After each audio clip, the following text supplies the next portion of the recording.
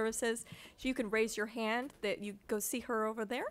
And she has a little device for you. Thank you so much. You want to announce that?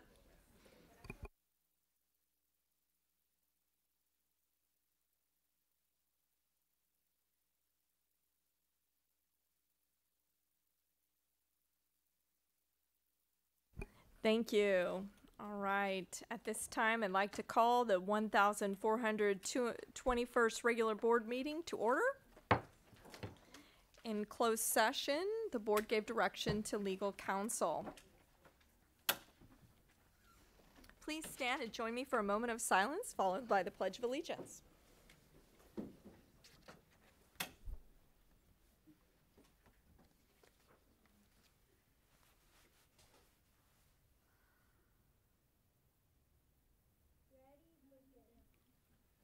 All right. Thank you, students. Well, can we, I was going to introduce you before we do the pledge, but I'm so excited you're here with us tonight. So we have Miley Kemplin. Can you wait for us, Miley? All right. So Miley's a fourth grader, and she's helpful, kind, and respectful. She is from James Marshall Elementary School. She consistently earns good grades and is involved in the music program, science club, running club, and student council. Outside of school, she loves to play softball. Following college, Miley plans to be a doctor. And Shinda Faye is a fourth grader also at Marshall. Shinda is a friend to all and has been named Student of the Month 3 times. She's involved in music programs, science club, and student council. Outside of school, she likes to play basketball. Following college, Shinda plans to be a teacher. Great. Well, students, now you can lead us in the pledge. I pledge allegiance to the flag of the United States of America and to the republic for which it stands, one nation, under God, indivisible, with liberty and justice for all. Thank you, students. All right. All right. At this time, I want to call your attention to the fact that if you wish to address the board during the period for public comment on a subject not on agenda, you must complete the public presentation request card and submit it to the board president prior to the period for public comment. Only those who have submitted cards will be called upon to speak, and no cards will be accepted after the period has begun. Every person who wishes to address the board must fill out a card, and you'll find the cards in the lobby. All right, so we'll go take our picture with the students.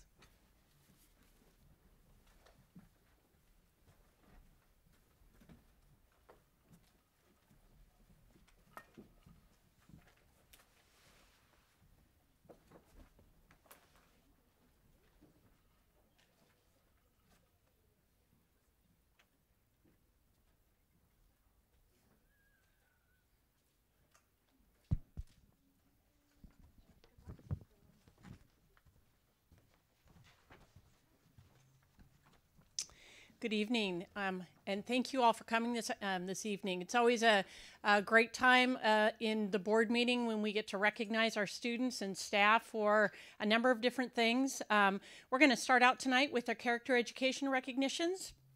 We pride ourselves here in Modesto City around students exemplifying what we see as our character traits, which are listed not only out in the hall, but also right up here.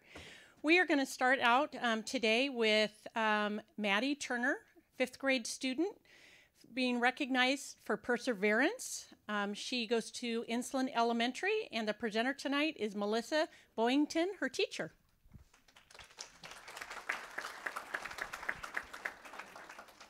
Hello, everybody. Maddie is an exceptional young lady, and the reason why I nominated her for perseverance is for our spaghetti dinner. We came up with a class project, and we wanted to create a kindness quilt. Maddie had let it slip that she knows how to quilt.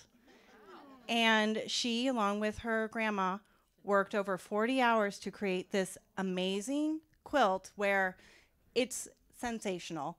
And she put her heart into this, and our class is so proud. This quilt was purchased and then donated back to the school, so it's always going to hang in our hallway. And I mean, Yes. Show a little bit of it. And it's a kindness quilt, and it's what kindness means to us. And everybody in our class created a patch, and she worked hard figuring out how to put it together. And I mean, look at this. Yeah.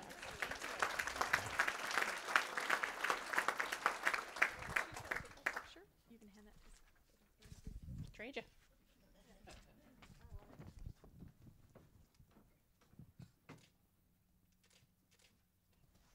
Thank you. Wonderful, thank you. Our next character recognition is going to go to Andrea Hernandez, a 12th grader who also shows perseverance. She's from Elliott Educational Center, and the presenter is Paul Silva, her teacher.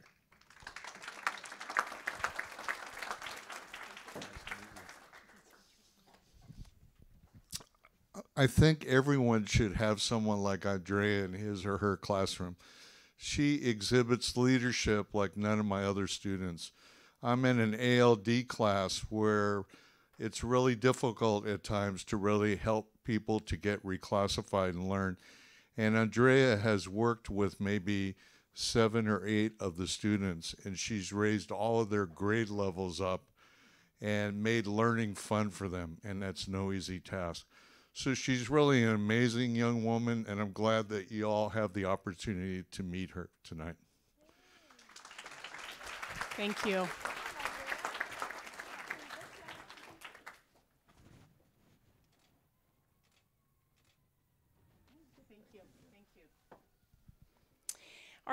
Our third student also from Elliott Educational Center is Katie Knittel. She's a 12th grader who's going to show initiative. And it's Fred Johnston, who's the resource specialist, who's going to be recognizing her. And this is the second time in just a month or so that you've been here. And the actual 4th time I've seen you. So that says a lot. Yeah, Mrs. Casper couldn't make it tonight, so I'm here to. Sorry. We got to be able to hear you. Really. Thank you so much. I'm here for Mrs. Casper. She was the one that nominated Kat, and I agree with everything Mrs. Casper had to say. The definition of initiative is the ability to begin and complete a task without prompting or supervision by others. This describes Kat in her role as the Fast Club president to a T. When Kat first enrolled at Elliott, she made her way around campus with a good attendance, and that was about all she offered. And then she blossomed, I'm telling you. She became involved with the Fast Club, quickly assuming roles, attending community functions. She got me out volunteering, adopting pets at Petco. This girl. Attending community functions, and actively participating in the club's activities. Today, Kat is the one planning, organizing, and executing the Elliott Fast Club activities. Many times, she is the one saying, "Okay, we need to be doing this," or "Do you think we should be?" And then she goes on and on. So, thanks to Kat, our club is doing a great job. Kat is committed, responsible, thorough, and deserves recognition for her efforts and growth. Nice job. Thank you so much.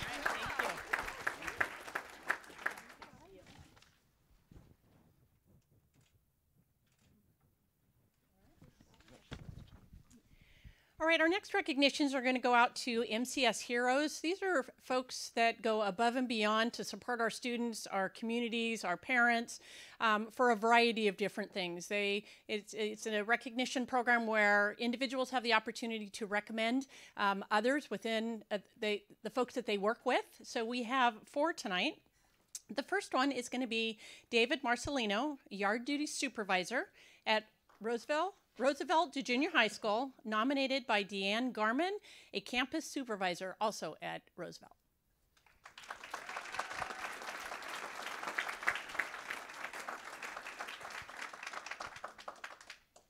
Thank you.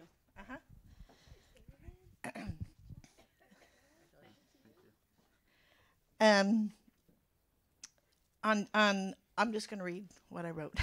On October 3rd, a student came up to David just as lunch bell rang to go to class and told him that his friend was choking on some food. David saw the student and he called for help on the radio, and he ran over to the kid and did the Heimlich maneuver, probably saving his life.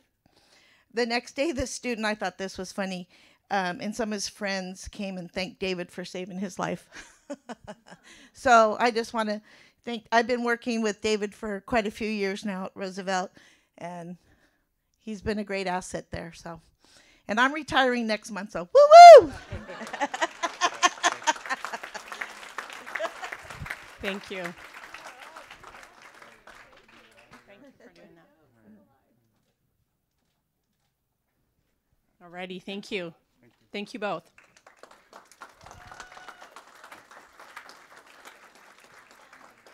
Our next person that is going to be recognized is Liz Halleck, a teacher at Beyer High School. She's nominated by Melissa Mayer, the activities director, also at Beyer.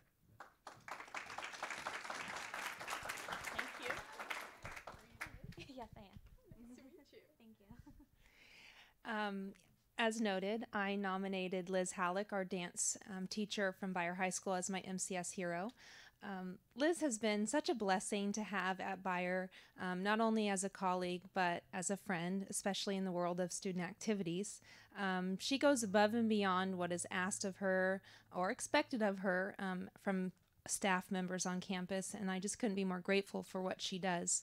This year, she volunteered to be our freshman class advisor, and I really feel like my leadership program has blossomed and grown on the freshman level because of this funky spirit here. If you know anything about freshmen, it takes a unique type of person to work with them, and indeed, she fills that role and capacity to the T. Most recently, she volunteered to coordinate and choreograph a top secret flash mob dance at her homecoming rally. And that entailed working with about 15 other teachers and staff members at Beyer High School, in which they ran out onto the basketball court during our homecoming rally and did their version of Michael Jackson's Thriller. We will see it in a second. The students were completely shocked when they saw their teachers out on the dance floor getting their boogie on. And it was just, it was great to see staff being participants in student activities. And as an activities director, I just couldn't be more grateful for what she does for my program. And I'm excited to see what's in store for Beyer because she's not going anywhere. And I'm just grateful for all that she does. So thank you, Liz.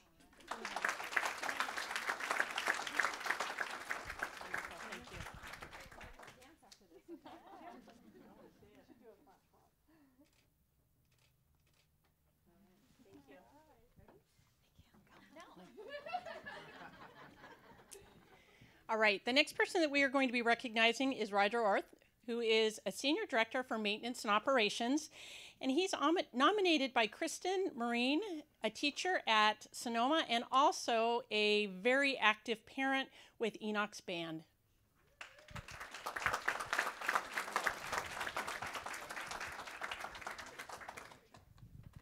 Congratulations, Roger. We nominated Roger because he is a crucial asset to the legal preparation of a semi-trailer for the Enoch's Marching Band and Color Guard program.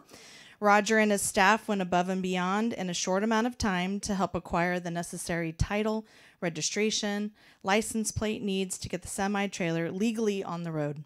Roger kept in constant communication with our booster team, our music director, the school, the district staff, and administration. Because of his efforts, and of course his team as well, instead of parent boosters towing multiple vehicles of all this full band equipment, the band and the color guard have the space and now the convenience of their own semi-trailer. And we're pretty darn proud, to be honest. So thank you, Roger, for your continued hard work and your support of the Enoch's Marching Band. I'll give you a hug. Congratulations.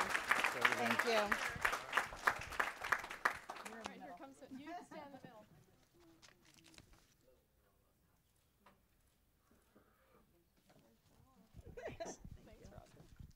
All right, last but not least, we have Laura Little, who's a volunteer at Christian Elementary School. She's nominated by Mary Murado and Clarissa Johnson, both of which are teachers.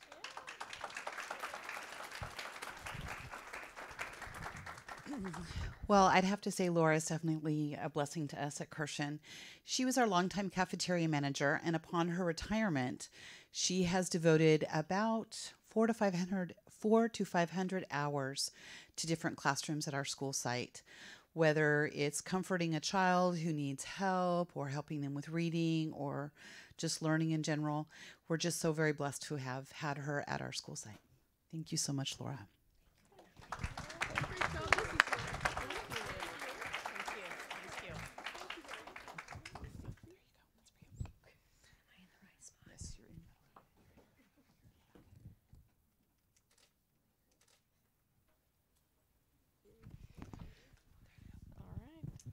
All right, tonight we've recognized students, we've recognized teachers, we've recognized staff, and we've recognized volunteers. Really, at the end of the day, in order for this district to be successful and ensure that we have the conditions that are right for our students, it really takes all of us working together. And tonight shows that, that we've got a lot of great people here in Modesto Cities. Thank you and have a good night, and thank you very much for coming out.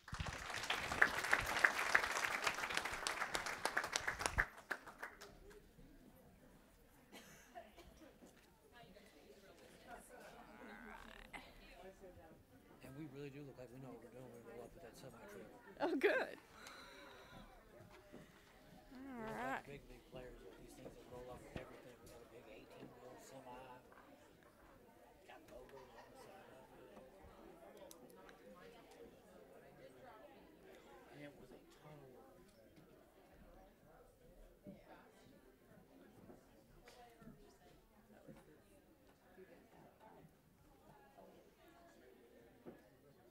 I went to their drug safety program.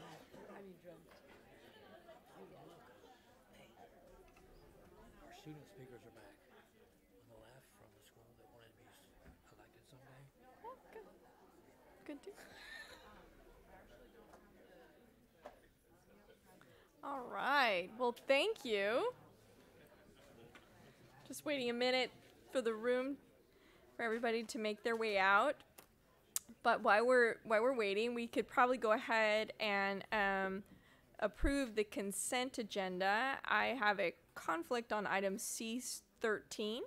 This falls under the Government Code Section 1090 and falls under the exception of Government Code Section 1091B for a family business. So I'd like to, does there anyone have any questions on the consent agenda? I still would like.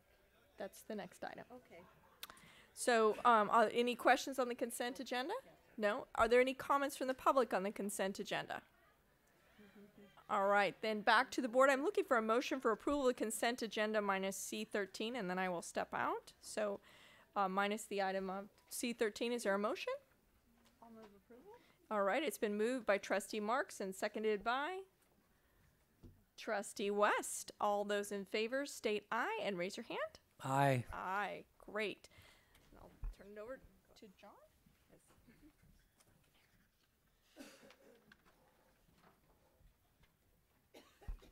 So consent agenda item 13, looking for a motion to approve ratification of purchase for Valley Electricity Company. So moved. And a second.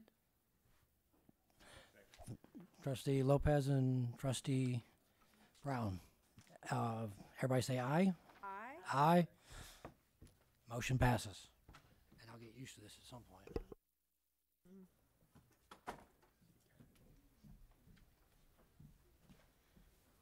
All right. This takes us down to item number A7, which is approval of the order of discussion action items. Trustee Marks has asked that we move a report that was item G3, Yes. I believe. G31. G31 into discussion. It's not an action item, but it's an AR, and so if we could move that into discussion to talk about that. Did you have a place where you want to put that? It should go with the other business item on leasebacks. And sorry. Hey, Well, did not. we've got another request by our CBO with regard to item B6. So we could put that in Okay, to that's where great. B6 is. Oh yes, that's perfect. That's a perfect spot. Okay, thank you.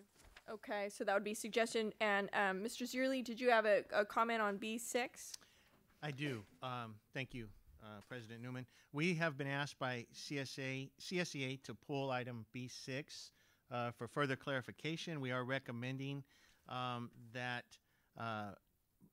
first readings of board policy and administrative regulation 3311 and board policy administrative regulation 3311.1 be pulled from the agenda. We will bring those back at the next meeting for first reading, but we would like to keep board policy and administrative regulation 3351, gifts and monetary reimbursement to students and staff, because that has a companion item just behind it. So we'd be retaining the deletion of that board policy in AR, Yes. 3351, but then we'd be tabling the 3311. Okay, so with those two changes, are there any more additions or changes to the discussion order of action items? None. All right. So I just have a clarification question. Are you moving the item AR to B6? It would have gone with that construction one well, but is that all right? Did I understand that correctly? Yeah, it just is a discussion item. Yes, just a discussion. Yes, Great. thank you. And all right, so are there any questions or comments from the audience? All right, back to the board I'm looking for a motion for approval with those adjustments made. And we do have an item that was added to the agenda and posted on the agenda, which is item 11A. So that is included in the posted agenda. But with that and with the items that we just discussed, is there approval? I need a motion. So I move approval of the discussion action items with the deletion of most of item B6 except for the last line, deletion of board policy in AR 3351, gifts and monetary reimbursement to students and staff, and then adding item G13, I believe was the number of it? G3. To that discussion right there, that's the AR, the administrative regulation. All right, so we've got a motion. Is there a second? Is there a second? So there's been a motion made by Trustee Marks and a second made by Trustee Walker. All those in favor state aye and raise your hand. Aye. Aye. All right, then the order of action items has been approved. This takes us now to the period for public presentation. And Ms. Masters, I have just 2 cards. There weren't any more cards after I read my announcement. Okay, just want to double check. And let me see, I have a statement to read. I want to thank everyone for attending tonight's meeting. Your attendance shows your interest in our schools, and for that we thank you. The period for public comment is limited to 30 minutes. Time will be allotted equally to individuals based on the number of request cards submitted, and tonight it's 2. So the maximum for any one speaker is 3 minutes. I also want to remind you that if you wish to make a complaint against a specific district employee, you should follow the district's personnel complaint procedure. Copies of that procedure are also available in the lobby, and as are agenda copies which outline the procedures we will observe during the period for public comment. The right to address the board does not exempt the speaker from any potential liability for defamation. Before I ask tonight's speakers to address the board, I want to clarify that we may not engage in any discussion on the topics that will be raised because we are legally obligated to provide the public with advance notice about topics that the board will be discussing. Agendas are intended to inform the public about all topics of discussion and action, so anyone interested in a particular subject on the agenda may attend the meeting and address the board. While we may not engage in discussion on items not on agenda, I assure you we will listen attentively to your comments. Again, thank you for joining us tonight. I have 2 cards, and I ask that each speaker, when called, come to the podium and address the board. You'll have 3 minutes to speak. The first is Briss Bugerin, one of our students. Welcome.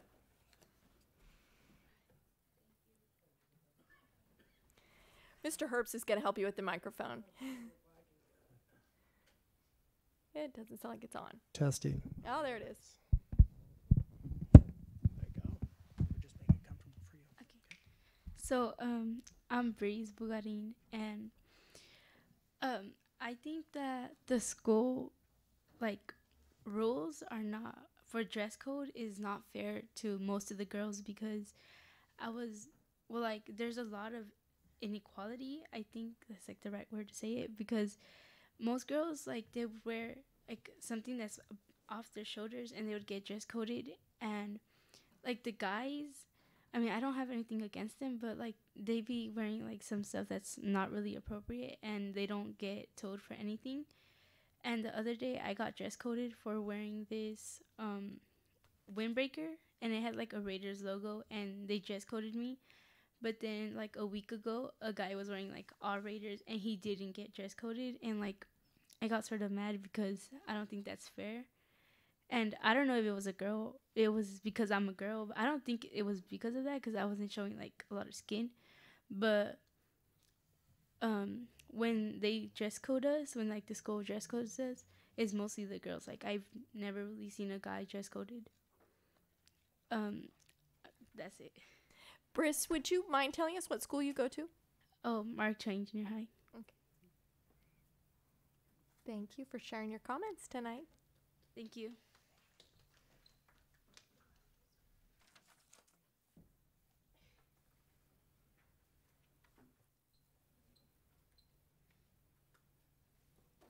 All right. Kalia Edwards. Another one of our students. Good evening. Good evening. I would like to apologize in advance because I'm nervous. So like I might talk a little bit fast and like I don't know what I'm really going to say. But I would like to speak on behalf of 8th graders because you know how there's a constitution test coming up very soon. I would like to say that I personally do not believe that it should be a requirement to walk the stage because some students, that's a lot of pressure on them. Like, if I don't pass this test, then I'm not going to be able to walk the stage. And I believe that like some students, for example me, I have a lot of stuff going on at home, so like I don't really have a lot of time to study or prepare myself for the test. So when the test does come up, I don't think I'm gonna be ready. And like remembering that for me is a lot. It's like a lot of pressure. And some students, like just the fact that you can't walk the stage without passing the test is very like hard. And I understand that like you could retake it in January, but like it's really hard because some students, the day on the test, they might not be able to remember something, and there's only 5 questions, so it's really hard. It's really easy to like get an F on that because half is an F, or like passing grade. I understand it's a D, but if you don't get half of the questions right, then it's automatically an F, and you can't really do anything. You don't walk the stage. So I just personally do not believe that is fair. That's all. And Kalia, you're also a Mark Twain student? Yes. All right. Well, I can see you understand our First Amendment very well. And so you're well on your way to that constitutional test pass. So thank you for coming tonight.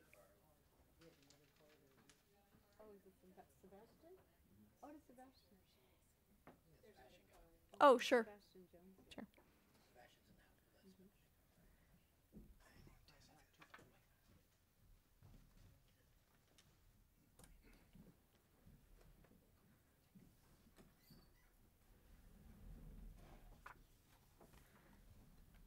Mr. Jones. Well, good evening, everyone. How's everybody doing? I'm sorry I didn't finish filling out the card, but I admire my young peoples.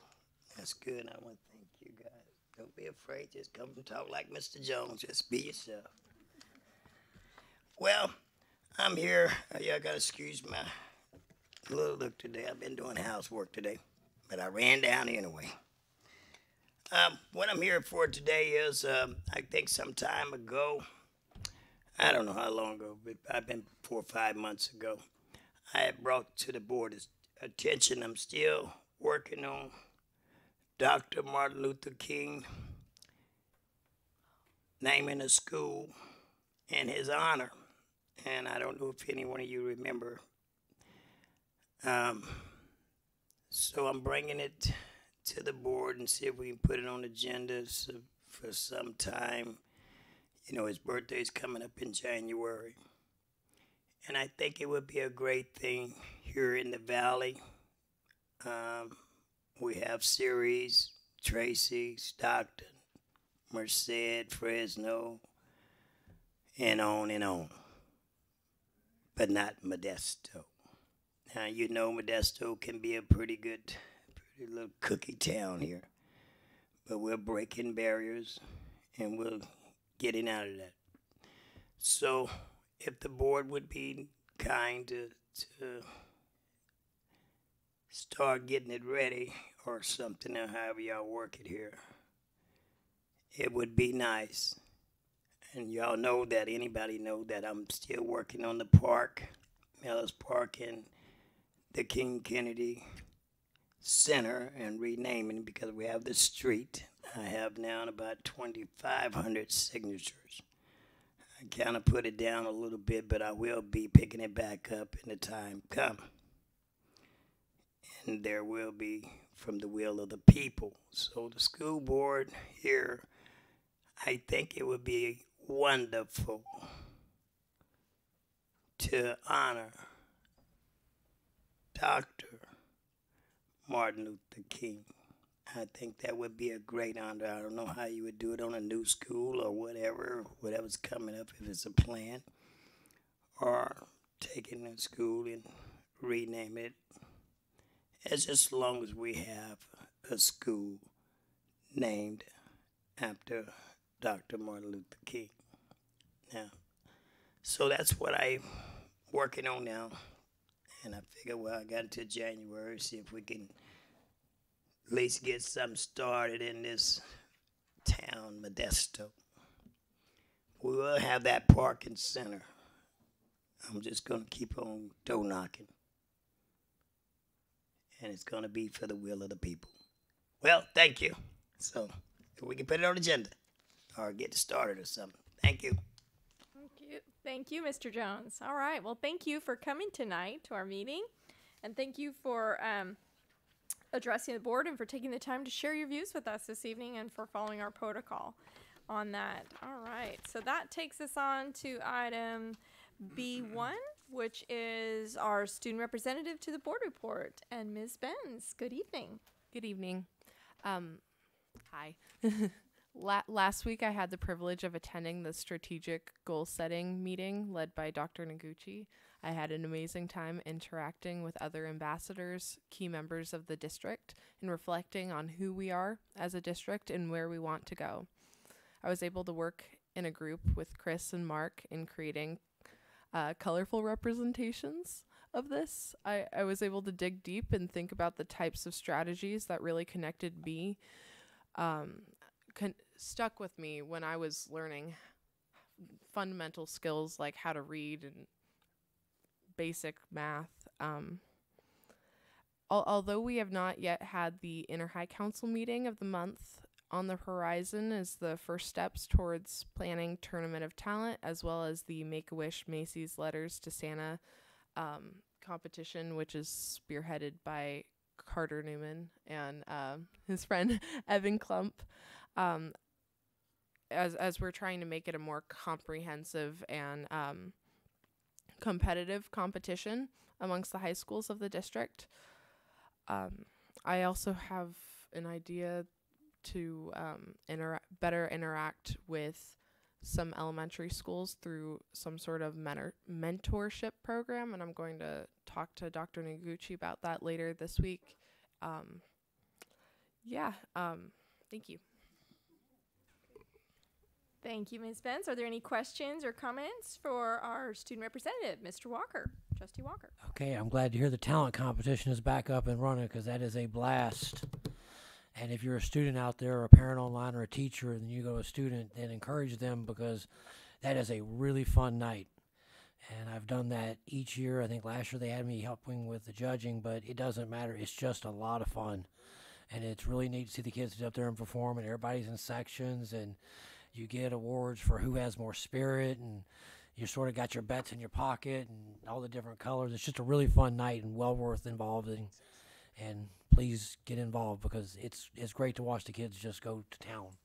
Singing, dancing, drums, it's just a blast. Good deal. I don't know when it's toward later in the year. We actually have it. Yeah. We have Mr. Godot has. It's sort of towards the end of the year.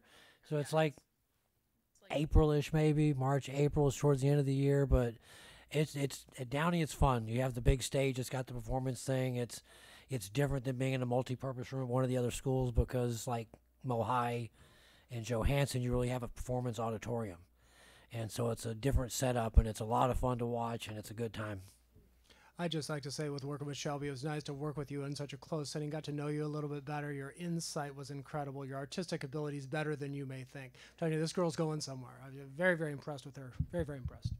That's why you won the mock trial award last year for the sketch artist, right? No, journalism. Journalism. All right. So, all right. Anything else? Any other questions or comments for Shelby? Any comments from the audience? All right. Thank you. Thank you. Thank you, our student representative, Benz. Do we have an MTA report? Thank you, Mr. Burton. And I'm not seeing anybody from CSEA. But all right. So I'm assuming we don't have a report there. All right, that takes us to item B4. We're just zipping right along this agenda. And so this is a report on special education comprehensive review, grades 9 through 12. And I'd like to turn this matter over to Mr. Herbst. And I will gladly turn this one over to Dr. Christy Allen, Supervisor of Special Education, grades 7-12. She's going to go over the report today on the comprehensive review, which was actually started last year, still in progress this year, and then her and I will be available for any questions.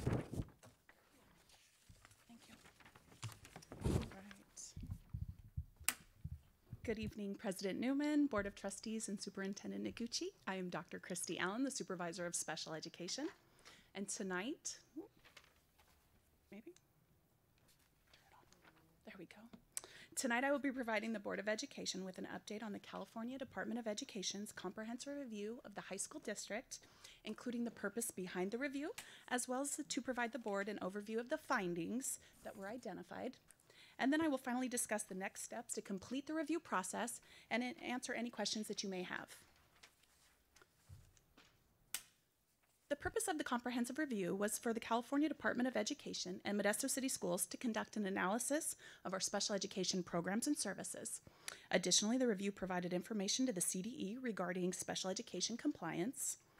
The California Department of Education conducts reviews of districts on a yearly basis, and Modesto City Schools was selected due to previous struggles in areas like suspension, achievement rates like many other districts, and educating students within the least restrictive environment, which I will go over a little bit later in this presentation.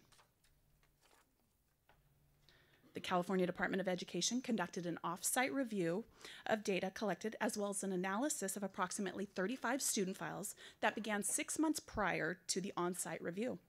The CDE conducted the on-site portion of the review May 9th through May 11th, and during that time, the CDE completed a comprehensive examination of information which included findings from the educational benefit analysis, in addition to the review of services being provided to students as documented through student registers, and finally, information collected from parent interviews. From there, they interviewed both general and special education staff on questions regarding the discipline process, as well as the procedures for moving students into a more restrictive educational setting. In addition, they also reviewed a number of district and SELPA policies and procedures, including our staff handbook and relevant board policies. As part of the on-site review, the CDE conducted the educational benefit analysis, and in my opinion, this was the most worthwhile for our staff that participated. The California Department of Education worked alongside Modesto City Schools special education staff, and as part of the process, they provided structured guidance to help strengthen the understanding of the review procedures. The educational benefit analysis reviewed 5 student files looking at multiple IEPs. This form of review provided more than just simple verification of compliance, but rather evaluated whether the IEPs were effectively designed to support the students' identified areas of need. Every Modesto City School staff member that participated in the educational benefit analysis found it to be very beneficial. The first part of the review was completed on May 11, 2018, and the California Department of Education provided initial verbal findings, which were very positive. The CDE spoke highly of our staff and overall of our compliance, but despite these positives, there was still room for improvement. The California Department of Education highlighted procedural compliance items that the Special Education Department was then required to provide additional training to staff on. Some of the areas identified as non-compliant were the inclusion of a general education teacher at IEP meetings, and as I spoke about earlier, supporting students within the least restrictive environment. Additionally, there were other technical components of the IEP that required further trainings to our special education staff. The the California Department of Education identified due dates for special education to complete the student and district level corrective actions. And in some cases, the corrective actions included holding additional IEP meetings to ensure that the compliance items were corrected.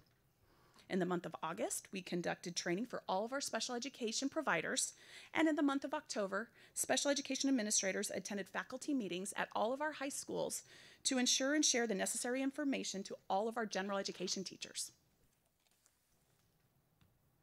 From my perspective, there were many benefits to Modesto City Schools participating in the comprehensive review.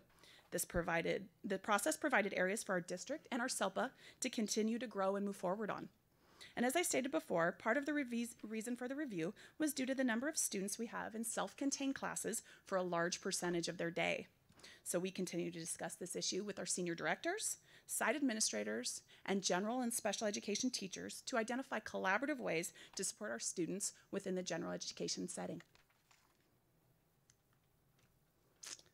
The next steps will consist of a follow-up review, which will be completed by the CDE to ensure that the district has resolved all of the non-compliance issues. The follow-up review will require 100% compliance in subsequent reviews. We are waiting for the dates for the next step for this review to take place. And at this time, I'm available for any questions you may have. Thank you.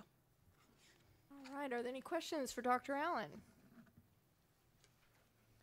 All right, Trustee Walker first, and then Trustee Marks. Okay. One of my favorite topics. I just do. I like to learn about this. Just is. You said they had 3 areas, and you're talking about suspensions, achievement, and then restrictive environments, in the sense that we had them pulled out versus pushed in, if I'm making sense. Mm-hmm. And so we're doing more push in versus pull out now? So one of the areas that was identified was absolutely supporting students in the least restrictive environment. So, and I know Mark can speak to this, but we have a large number of students that are supported in a self-contained classroom for a large majority of their day. So one of the findings was to look at ways that we could increase students' access to the general education classroom for a larger percentage of their day. Yeah, they give us 3 cutoff points, Trustee Walker, and those cutoff points have to do, and it kind of looks at 3 things. First off is how many kids are in general education more than 80% of their school day. So it's looking at kids that primarily are fully included, only 20% out or anything less than 20%. Then they turn it around and they look at something a little bit more. If you're going to get pulled out for long periods of time, how long are you pulled out? So are you in general education less than 40% of your day, 39%, 38%, 5%, et cetera. And so they have cutoff points and they're tracking to see how MCS aligns. And to be honest with you, I can't say it's a big deal in the state of California. State of California is getting hammered from the federal governments on our LRE numbers across the board. And Modesto State, I wouldn't say hammered, but there's a lot of districts that are making adjustments in terms of what we're doing on least restrictive environment, which includes pushing in more than pulling out, like you alluded to. Now, and when we look at that, because I think of special ed very differently, because there's a huge difference between a student who may have autism and a student with Down syndrome. Mm-hmm. Do we have the ability to make that judgment based on the needs of the child, or is it just everybody's in, everybody's out? Are they giving us giving you guys enough flexibility to tailor to someone who has a much higher need level than somebody who doesn't? There's some flexibility, but they're still monitoring the fact that in their eyes, I mean, the state hasn't come down to say, hey, districts, you need to go into a full inclusion model. But they are monitoring to say, hey, if you're going to pull a kid out, how much of the day are you going to pull them out for? And that gets monitored, no doubt about it. But no, there's still flexibility. It's not an all or nothing type thing. I'm looking for another question, but my memo to the feds, if you want to complain, start funding it fully, because they don't.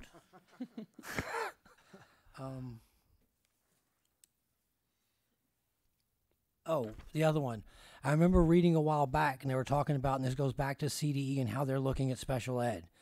And they were talking about setting up sort of regional areas as buffers, in the sense that we've got the county, yes, but we've got our own SELP, and then they're in Sacramento. Is there a regional concept here like you would see sort of in the Bay Area, maybe, where you have much larger than just Modesto City Schools, but a region that's working with a buffer that provides support at a higher level? if I'm making sense.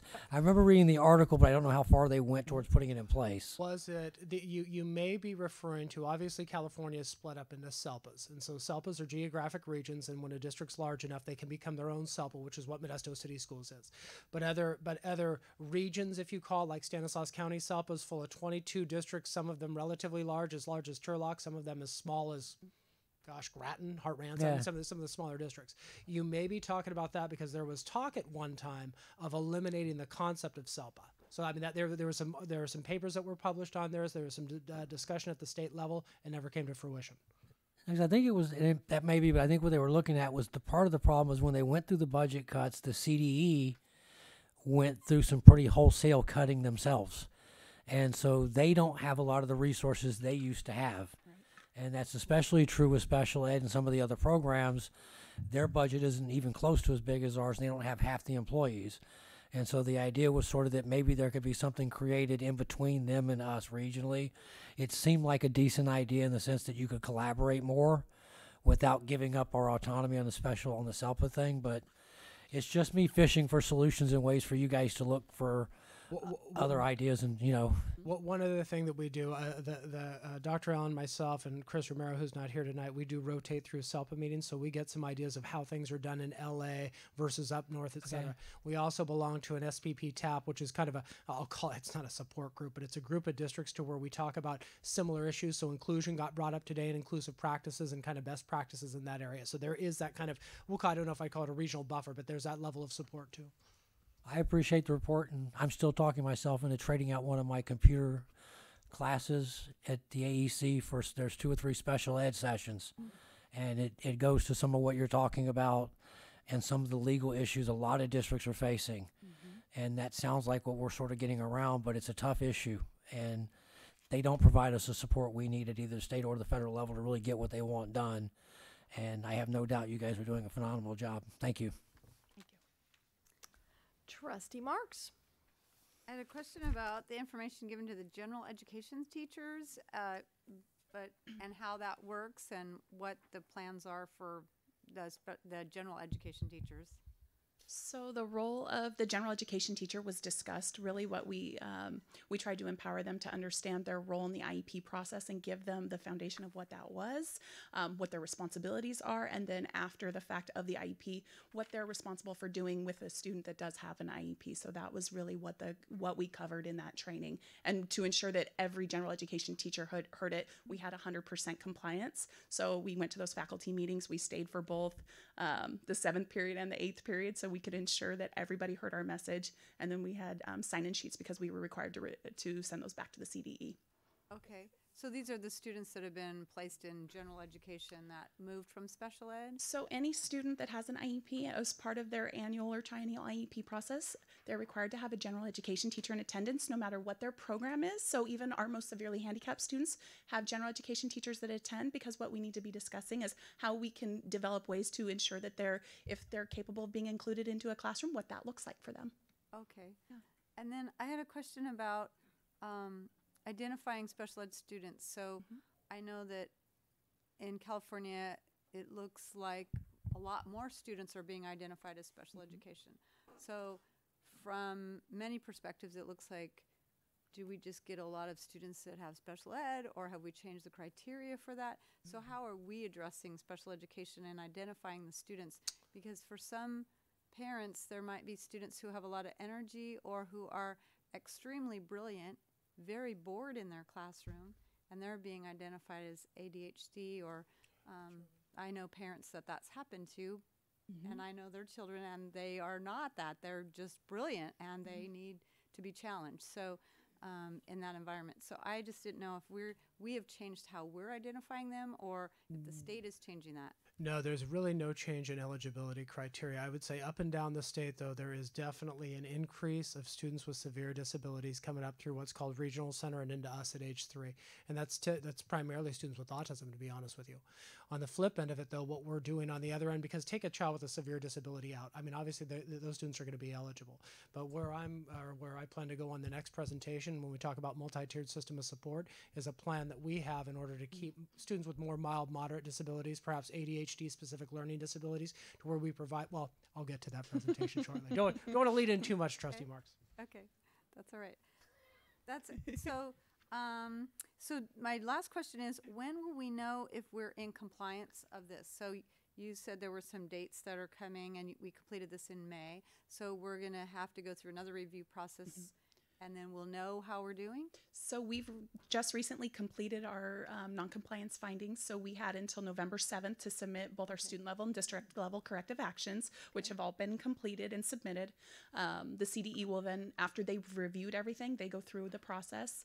Then they will notify us when the next pull will be happening. I would assume what we've been informed is it will probably be in January sometime.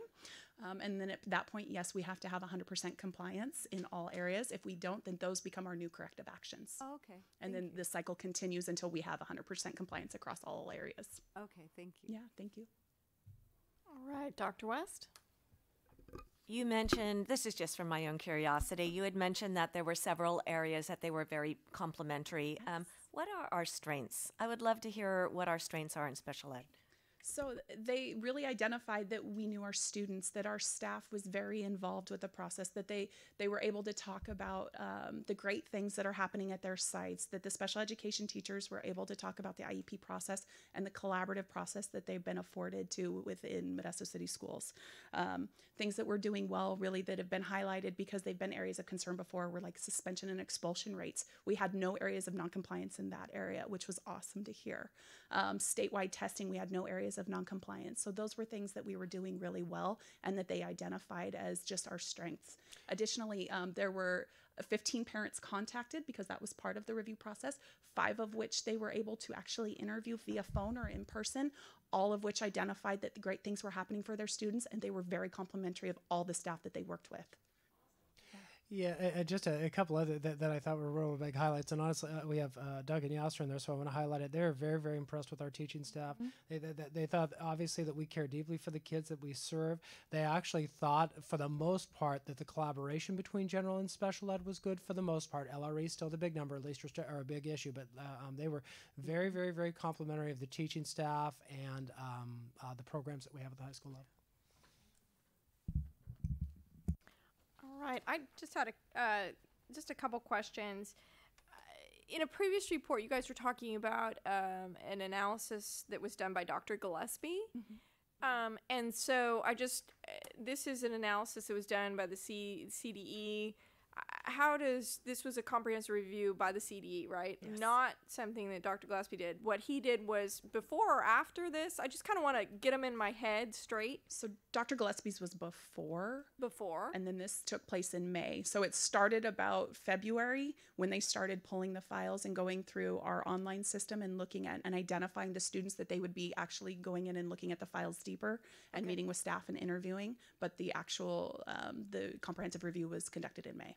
Okay, so now we have the study that was done by Dr. Gillespie, and then this. So we've got, kind of our marching orders from 2 different entities. Are you see where I'm going with this?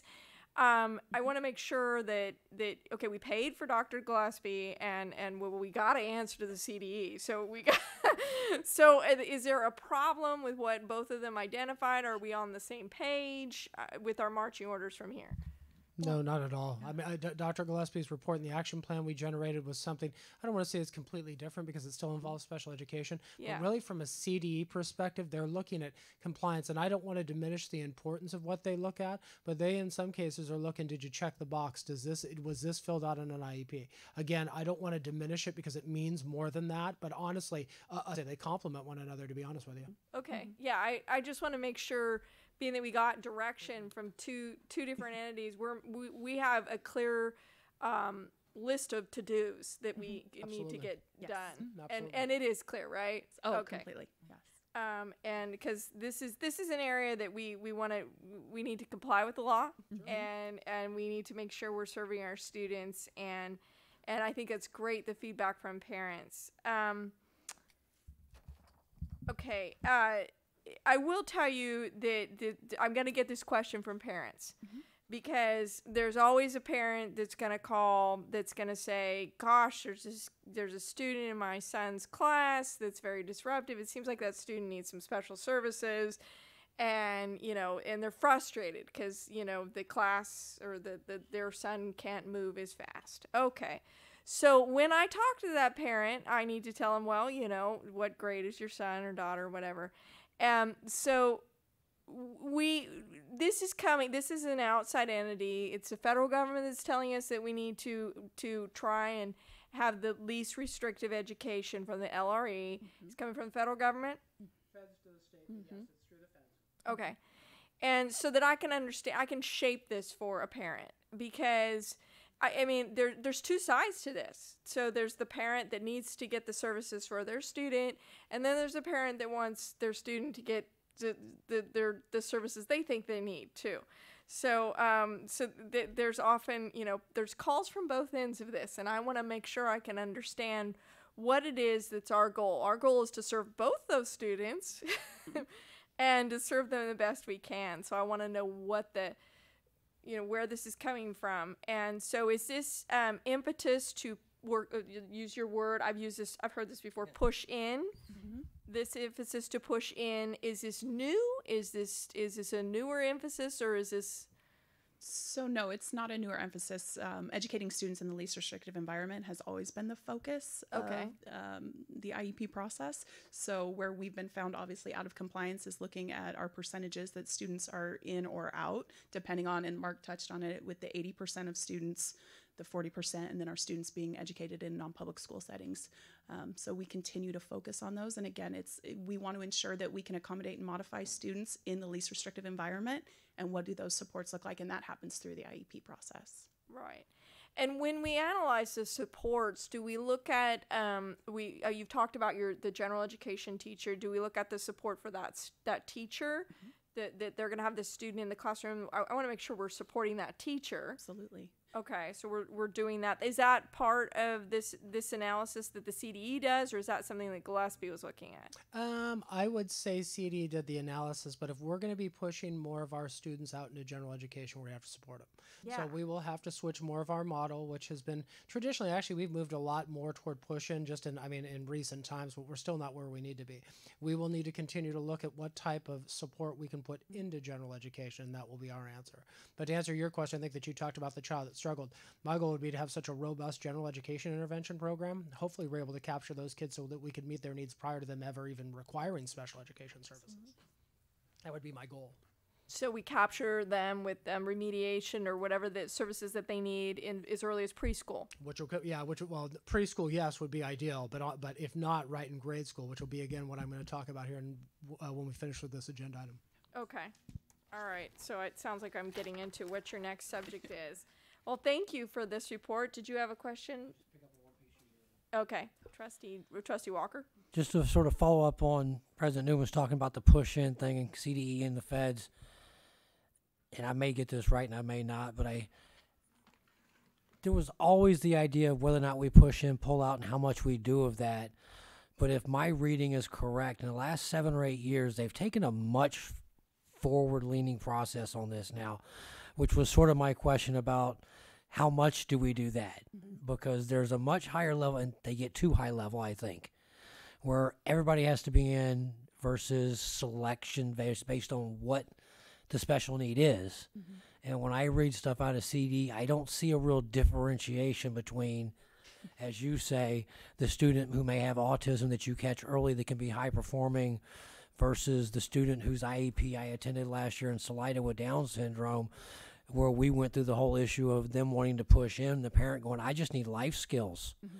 And sort of making that decision at that point with a 14 or 15-year-old.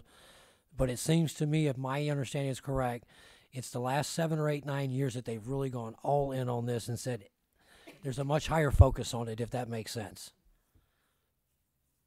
If I'm characterizing that right. I would definitely agree. Again, the state falls victim to whatever comes from the feds, and the feds has looked at California and said that your LRE numbers are out of whack. Mm-hmm. And so I think that there's increasing pressure, just like you said, within the last couple of years, to go more inclusive than what we've been in the past in the state of California, no doubt. And so, and I've certainly heard, because this week I had 2 different parents that aren't even in our district in different parts of the county. And this is why I know they're doing a good job, because both parents came up to me asking me, how do I get my students in Modesto City School special ed program? and they're not even close to here. But that speaks very highly of what you guys are doing, and sort of reinforces my faith in what you do, because it is a tricky area and the reputation does precede you. And again, my response to the feds is cut the check. Because you ask for a lot that you don't fund. And again, for my fellow board members and the public, it's not even close. It really isn't. And it's a very expensive item to fund. And we pick that up out of our general fund and out of our budget. And it's not right. They should pick up the tab because it's a necessary need. Thank you. All right. Any more questions for Dr. Allen or Mr. Herbst? All right, thank you. Let's go out to the audience. Are there any questions, comments? Yes, do you want to come up here? And how do you say your last name, Briss? Bugarin. Bugarin? Bugarin. Okay.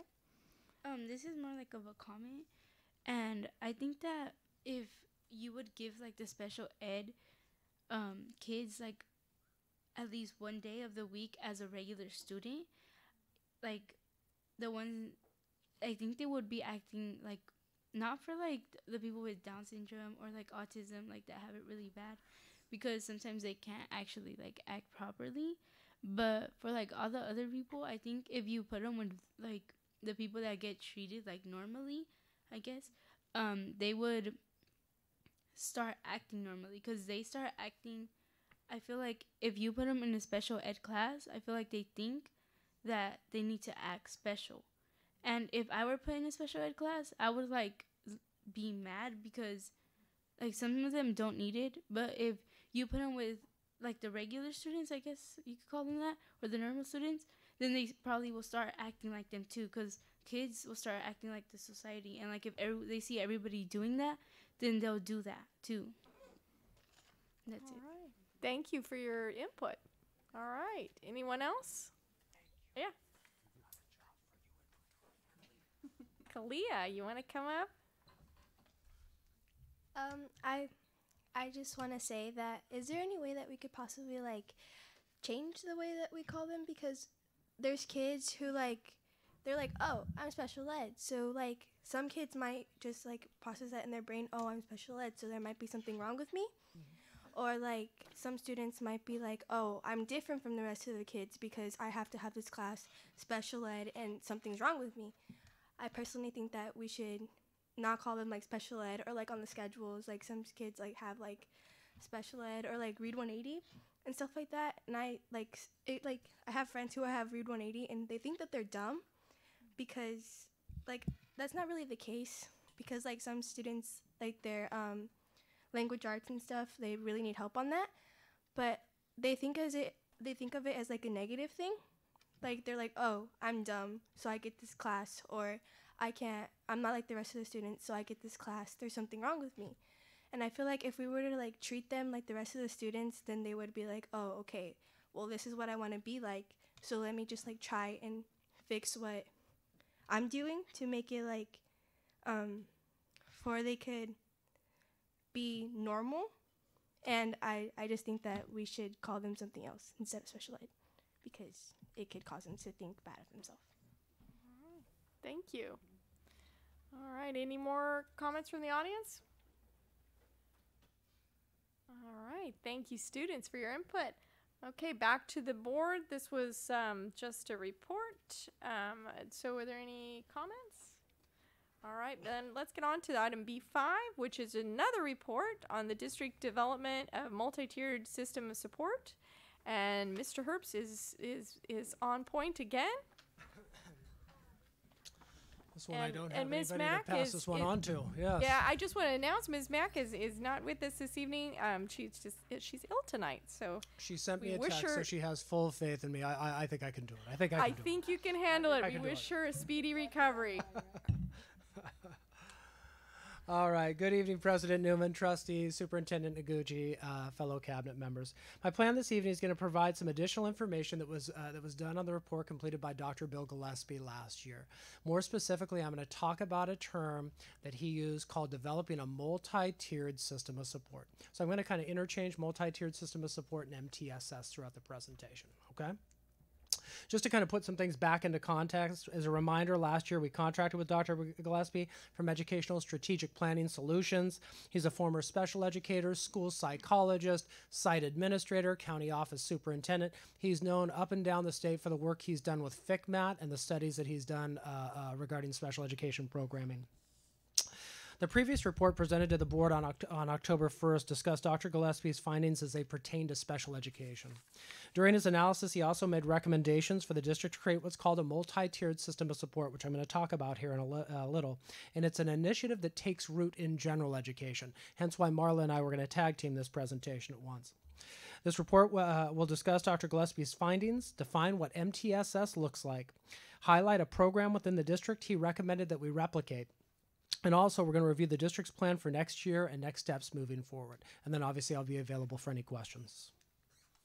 A couple highlights of the report that he found. When he came in, the one thing that he was surprised by is he immediately came in and noticed, and I think that Trustee Marks had alluded to it, I can't say unusual, but the high numbers of students with disabilities we had in this district. And back then, at that time when he came in, we were about 14.3% of our student population. State average, 11.3%.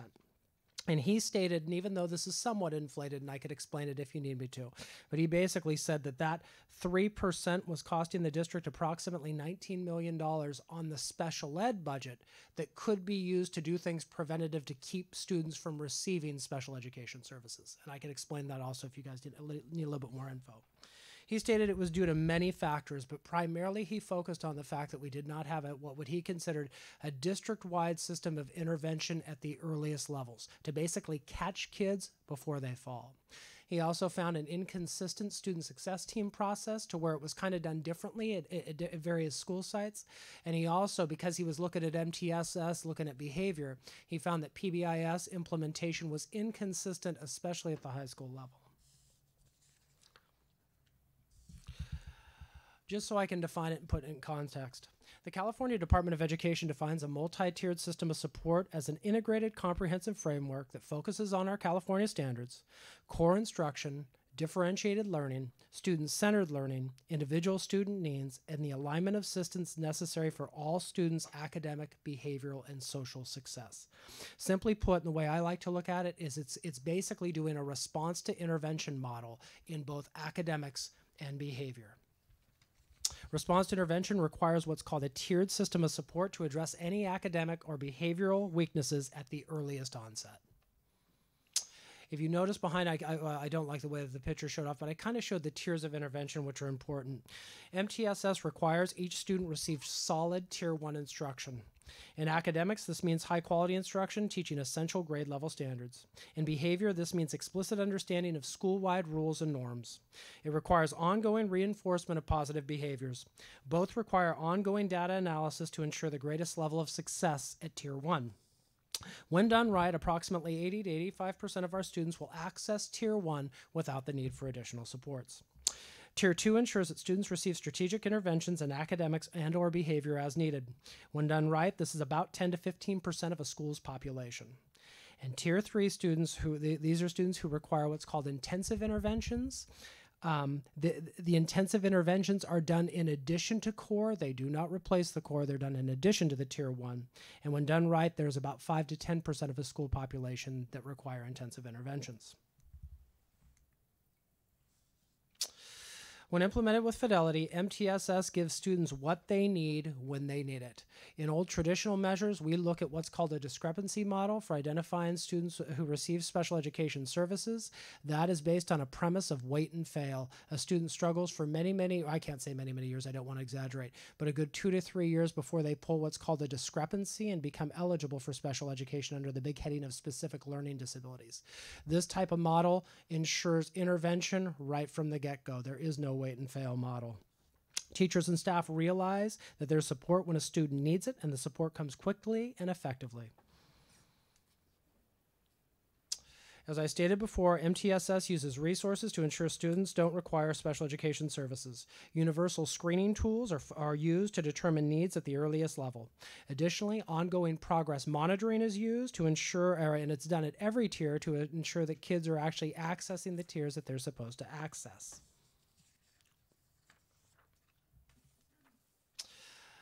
During Dr. Gillespie's analysis, he interviewed staff from Marshall Elementary School. Dr. Gillespie was particularly impressed with the response to intervention model they had in place in both behavior, but I'd like to focus on the academics for this presentation. He recognized the work and recommended that we replicate their program at other elementary school sites. Marshall has a strong collective commitment that comes from all stakeholders, but it's important to note that their model took years to develop. It was not one of those overnight things. It took a long time, and it was a metamorphosis to get to where they're at today. Initially, at Marshall, not every teacher was on board. Over time, though, they were able to develop that collective mindset in terms of working this. I'm very, very, very pleased tonight. We actually have a handful, at least. I see a couple Marshall. We got a couple teachers, and I think we have the principal, Francisco Guerrero, who's going to come and kind of share a little bit about their experience, but also share some data with you guys that's pretty impressive. Good evening. Good evening, Board President Newman, trustees, Superintendent Noguchi, and Cabinet. I'm Francisco Guerrero, and I am the principal of Marshall Elementary School.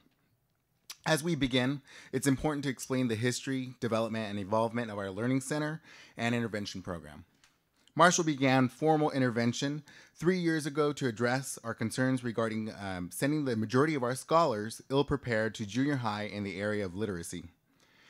Our journey that first year began with our resource specialists, modifying their schedules to participate in intervention. The 2.5 teachers had a strong understanding of the deficiencies of our scholars because of their work with our most naive learners. Shortly thereafter, grades 2 and 3 were included as they too were willing to jump in and become part of the team. They agreed to share scholars, implement the curriculum with fidelity, use common language, and teach intervention at the same time. The time was structured and uninterrupted for this purpose. An all-hands-on-deck approach was used, allowing us to create smaller groups targeted to address one ability level at a time, as opposed to 5. Ongoing professional feedback was provided, and the progress and success led to other grade levels wanting to participate. 1st and 4th grade joined them. By the end of the 15-16 school year, all scholars in grades 1 through 4 were working on foundational reading skills during intervention time. Scholars were monitored using both DIBELS data and in-curriculum assessments. These were absolutely crucial in ensuring all scholars were making progress and appropriately placed. On top of this, intervention was considered sacred, uninterrupted time by all staff, office personnel, custodians, and visitors. All respected the focus time. Our efforts ensured groups were not canceled due to sub shortages or absences, and at times, both administrators could be seen running groups to ensure intervention was provided. This brings us to last year, when for the first time, all teachers in kinder utilized the prevention program and highly monitored student mastery using the embedded program assessments. Heavy support was provided before and after school, as well as during instructional time by admin, our instructional coach, and DIF. So I know we have our slide. Here we can see our multi-year kinder DIBELS end-of-year composite score. What I want you to note is the green line shows our proficient students, and our red line shows our intensive students. Back in 15-16, we had 62% of our scholars ill-prepared for 1st grade. Last year, we had 42% of our scholars and transition into 1st grade, ready for 1st grade, truly ready. And why that's notable is that the gains were acquired even with 2 teachers out for half of the year. So out of our 4, we had 2 teachers out for half a year. So had we had all 4 teachers there, I am sure that data would look completely different than what it does. Last year, for the first time, all grade levels, kinder through 6th grade, fully participated in daily intervention for at least 30 minutes a day. Every teacher on campus sees the value and have a strong understanding of how intervention is closing the achievement gap for our scholars. Marshall has transformed into a cohesive team that is willing to do what is best for all of our scholars. The next slide demonstrates the effect of their combined efforts. This is 1st grade end-of-year composite score, so you can see this is telling that, again, as we continue to move our scholars forward, we're starting the transition. And the sooner we catch them, the better off they are. And if you want to go to the next one. This slide shows our scholars' proficiency level on CASP. The front row represents the percentage of proficient scholars from 15-16, moving backwards to 17-18. Of note is the increase in proficiency levels of the grade level cohorts. Our third grade scores do show an anomaly. Two major contributing factors to the overall increase in proficient scholars were the use of reading mastery in all grade levels, with the exception of grade 4, and the individual grade level collaborative focus on ELA goals. Marshall staff last year worked very strategically to address the scholars' academic deficiencies and ensure that they were pushing their scholars with appropriate rigor. They frequently and willingly progress monitored in the intervention programs, and during grade level collaboration, created SMART goals in ELA. In doing so, we were able to successfully accelerate student learning for scholars who were not proficient, closing the achievement gap. Similar trend data can be seen in third grade with improvement in not only the increased percentage of proficient scholars according to the Dibbles words correct per minute score, but also in the decrease of scholars scoring in the intensive range on that same assessment. Moving forward, it's important to note that teachers now understand the goal is to close the achievement gap by decreasing the number of scholars requiring intervention at the intermediate grade levels. As a team, we understand that the continual refinement of our craft and practices are needed to progress. GIFT, or Tier 1 instruction, is the utmost importance, and working in tandem with frequent monitoring of data to change our instruction during intervention will continue Marshall's positive growth trajectory. With me today, I have Ingrid Mello, who is a current third grade teacher at Marshall. She has been a teacher at Marshall for 26 years, and so she can kind of give you a glimpse of what we've been working on. Slightly different perspective. Hi, good evening. As he said, I have been at Marshall for 26 years. He's my former student. Let that sink in. In the past, starting out as a new teacher, needing something, having a class of 34 students in 5th grade. In the time that I've been at Marshall, I've done everything from 6th to 2nd. 34 students, all at different levels of ability. And then some special ed students coming in for their time with me also. And I can tell you that I tried it all. I tried groups. I tried small group intervention. I tried it all. Did it, worked it. Saw some improvement, some. But that was just in my own eyes. Now, today, we needed this. I needed this. I needed these programs to where I can see my students who I cannot devote more than 40 minutes in the day to giving specific, solid instruction at their level. I am now able to have them come back to me and see such an improvement in not just reading, but their word attack, their decoding, their comprehension, understanding what they just read. And even those that are proficient are still moving even better and higher. And I never had this data, I never had this response. And I can see as this 3-year program is moving into more and more years that this level of students starting from kinder, moving up through our grades, and I can see and I can hear the 4th, 5th, and 6th grade teachers who concentrate more on nonfiction, science, and social studies, and their comments about how many of these students are now not only attacking these words and understanding these difficult concepts and the success that they're having. So, thank you.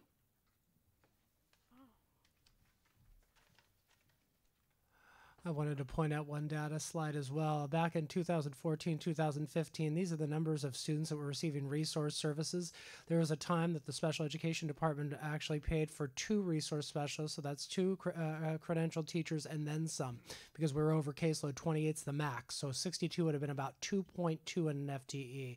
18, 19, that number is down to 28. Still, the same level of support is there to continue to run what's called the Learning Center, which is one of their ways that they do their intervention and then support kids in additional tiered level of instruction. But that right there speaks to what happens when you collectively provide intervention at the earliest level with intensity and fidelity. And then you see those numbers drop. Those kids are now readers rather than kids that used to struggle with reader and would wait to fail back in the past. What makes Marshall successful? I mean, obviously, I think Ingrid's comments just share about it. I mean, it really, really is a whole staff approach over there. I heard some comments at a stakeholders meeting that we had recently about that every single person at Marshall considers themselves a reading teacher, whether it be a kindergarten teacher or sixth grade teacher. They all have that collective agreement, and they hold each other accountable to it. Going into next steps. Following Dr. Gillespie's recommendation, we did recommend the model at 2 additional sites. So we actually have and again, I do want to point out the model takes time to develop and it takes teacher buy-in. But we do have the structure set up at Shackelford and Orville Wright initially. We also, one of his recommendations was to form a stakeholders group because MTSS doesn't have to be a prescribed way of doing it each and every way the same way. So we have a big stakeholders group comprised of teachers, administrators. We actually have MTA leadership, and I look forward to working collaboratively with them as we continue to move forward in this important endeavor. Overall, I'm pleased with the recommendations and honestly pleased with where we're at and look forward to continue working collaboratively with the stakeholders to achieve great things. I'm available for any questions. All right, Dr. West.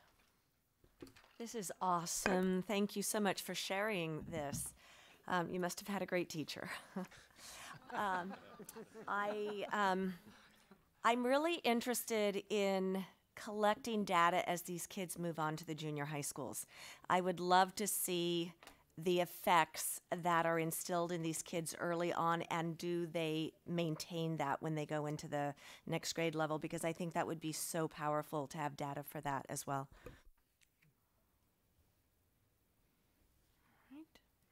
Do you want to answer that? Yeah, actually not a problem.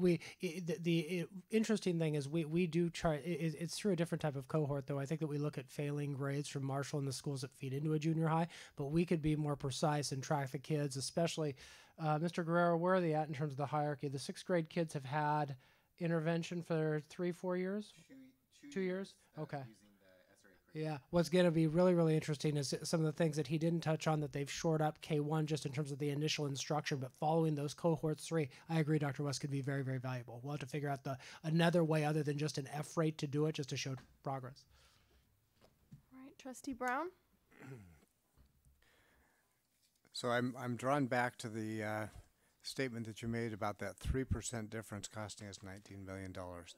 And I look at the progress that we're seeing at Marshall, and I would like to ask if it feels like we're making at least a 3% difference there. 3% in terms of, hold on, I got one understanding. In terms of number of students who will eventually be identified as special ed. Well, that right there is going to be way more, way more of a 3% drop than what you see right there. So that right, his premise behind the 19 million, I'll kind of give you a brief thing of the inflated part of that.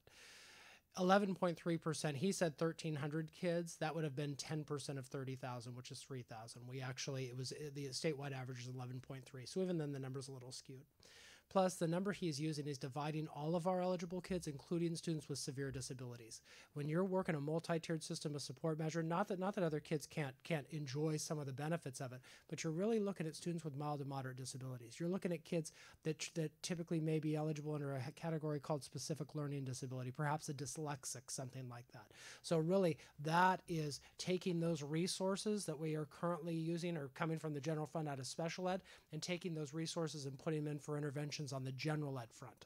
It's basically just reallocating those resources in a different way. Did I answer your question, Trustee Brown? No. Of course. Oh, thank yeah. you.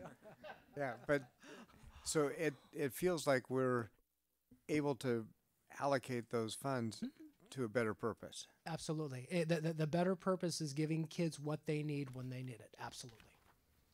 Thank you. Trustee Marks?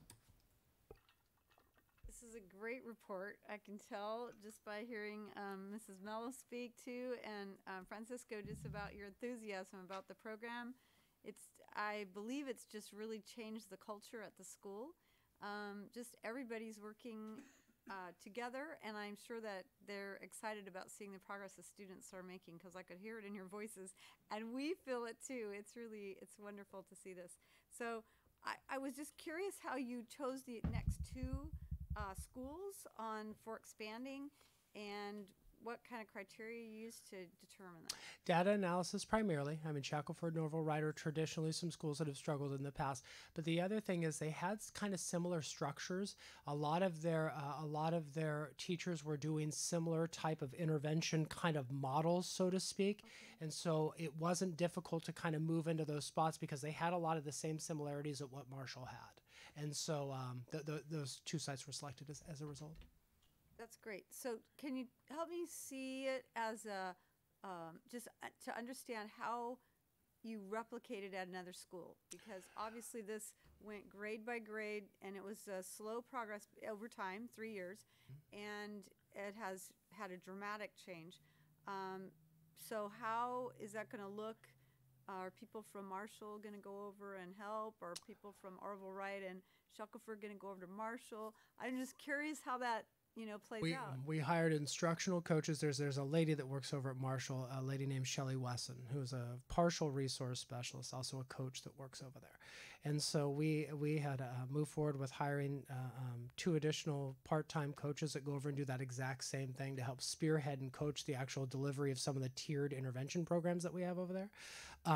But the other thing is that I think answers that part of the question. But the other thing is putting the structure in place to be able to do it. Their model is a learning center model to where once they get tier 1 in their initial intervention across the board, if they need additional tiered instruction, they have what's called a learning center to do it. So kids can be pulled out at strategic times, not to replace core, but to get something even in addition to what they get.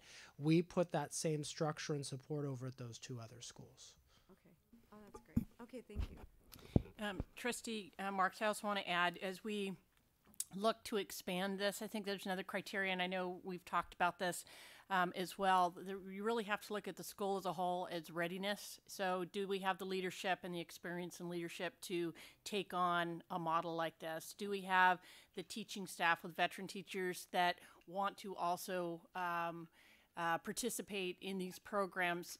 We've tried over the years, multiple intervention programs, and the reality is if we don't have the readiness at the sites, teachers and leadership, we just fail. So that's the other piece to the criteria. So yes, it's student data, but culture, climate, and leadership readiness is also going to be a key piece. Trustee Irvin?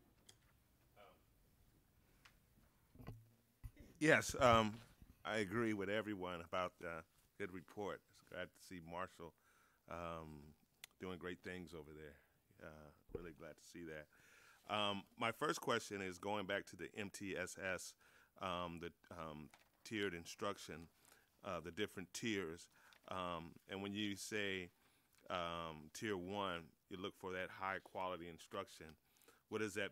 What is the measuring stick for that? Success generally. I mean, where we'll have to go in, and I probably should have put this in there. Your move to, or a district's move to MTSS, or response to intervention on the academic behavioral end. It's really a journey, and what I mean by that is we can always get better at our craft, whatever it may be. But teaching, what it's talking about is a strong tier 1 is making sure that you've got collective group of teachers, grade level teachers, teaching students essential standards and measuring their progress on that. And then how a student may move up and down the tiers is dependent on a formative assessment or something that a teacher-made assessment that grade levels share to determine whether or not kids are getting it or not, so to speak. So that's what tier 1 would be. Based on that, you could obviously do reteach, some things to still keep them in tier 1 though, but if a student is progressing where they need to be, then there's moves into tier 2 and it's sometimes tier 3. Tier 3 a little bit more of an intensive intervention, but the idea is that kids can that they can move fluidly throughout those groups. Okay. And then my second question, and actually was kind of answered with Trustee Marks in terms of the model program at Marshall. Everybody know we throw that model around loosely. Say, hey, you can do this here, and and the fact is you can't. If you don't have everything. Absolutely right. Yeah. So what are the foundational core points that a school would need? And Superintendent Noguchi kind of threw some of that out. But there should be some, in order for this school to be able to replicate this, so to speak, at another school, these are the list of dynamics that need to be in play here to be able to transition this model to this school. Not trying to force a round peg into a square thing. What would that look like? I know it's kind of going back to Steve Marks, but I'm trying to visualize that. I actually loved how Dr. Noguchi said it. I mean, a culture of willingness, a culture of okay, hey, we're going to do this and we're going to agree to do this. Grade levels agreeing to perhaps teach something at a certain time so that this can occur and so that kids could go to the kids that need their tier 3 can get their tier 3 during this time. So it really takes a collective commitment. And it's not to talk ill will about the sites that don't have it. I just think it takes time. I mean, in Marshall's case, the way that they did it is they had some grade levels on board. They experienced success. And then honestly, the success really spoke for itself. And then other grade levels and teachers got on board with it. And I think that's probably taking a slower approach and letting it come grassroots, because I agree with you. When you start trying to peg square pegs into circle holes, it can be problematic. And with that being said, I see that the change that has gone over to Marshall, like I said, from my time with the district till now. And I think with some of our sites, we're out of time. So how do we get this going? How do we change those environments, those cultural? What is the process to say, hey, this needs to be done? It's working here. Let's make it work here. We got the dynamics here on this campus to make this work here. Marshall was where you were 5 years ago, or 3 years ago. How do we make this happen since we know this works? That's just my question there.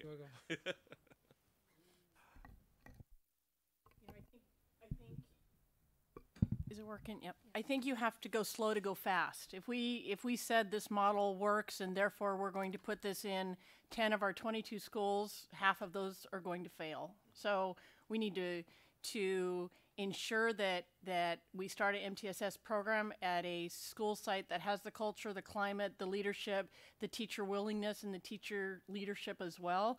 And success breeds success. Everyone wants to be part of a winning team. And when we see 3 more schools we add on next year that they're successful over time, there's other schools that want to be able to be successful. So in this case, it's going slow to go fast, because over time, then we can get there, but we can't get there overnight.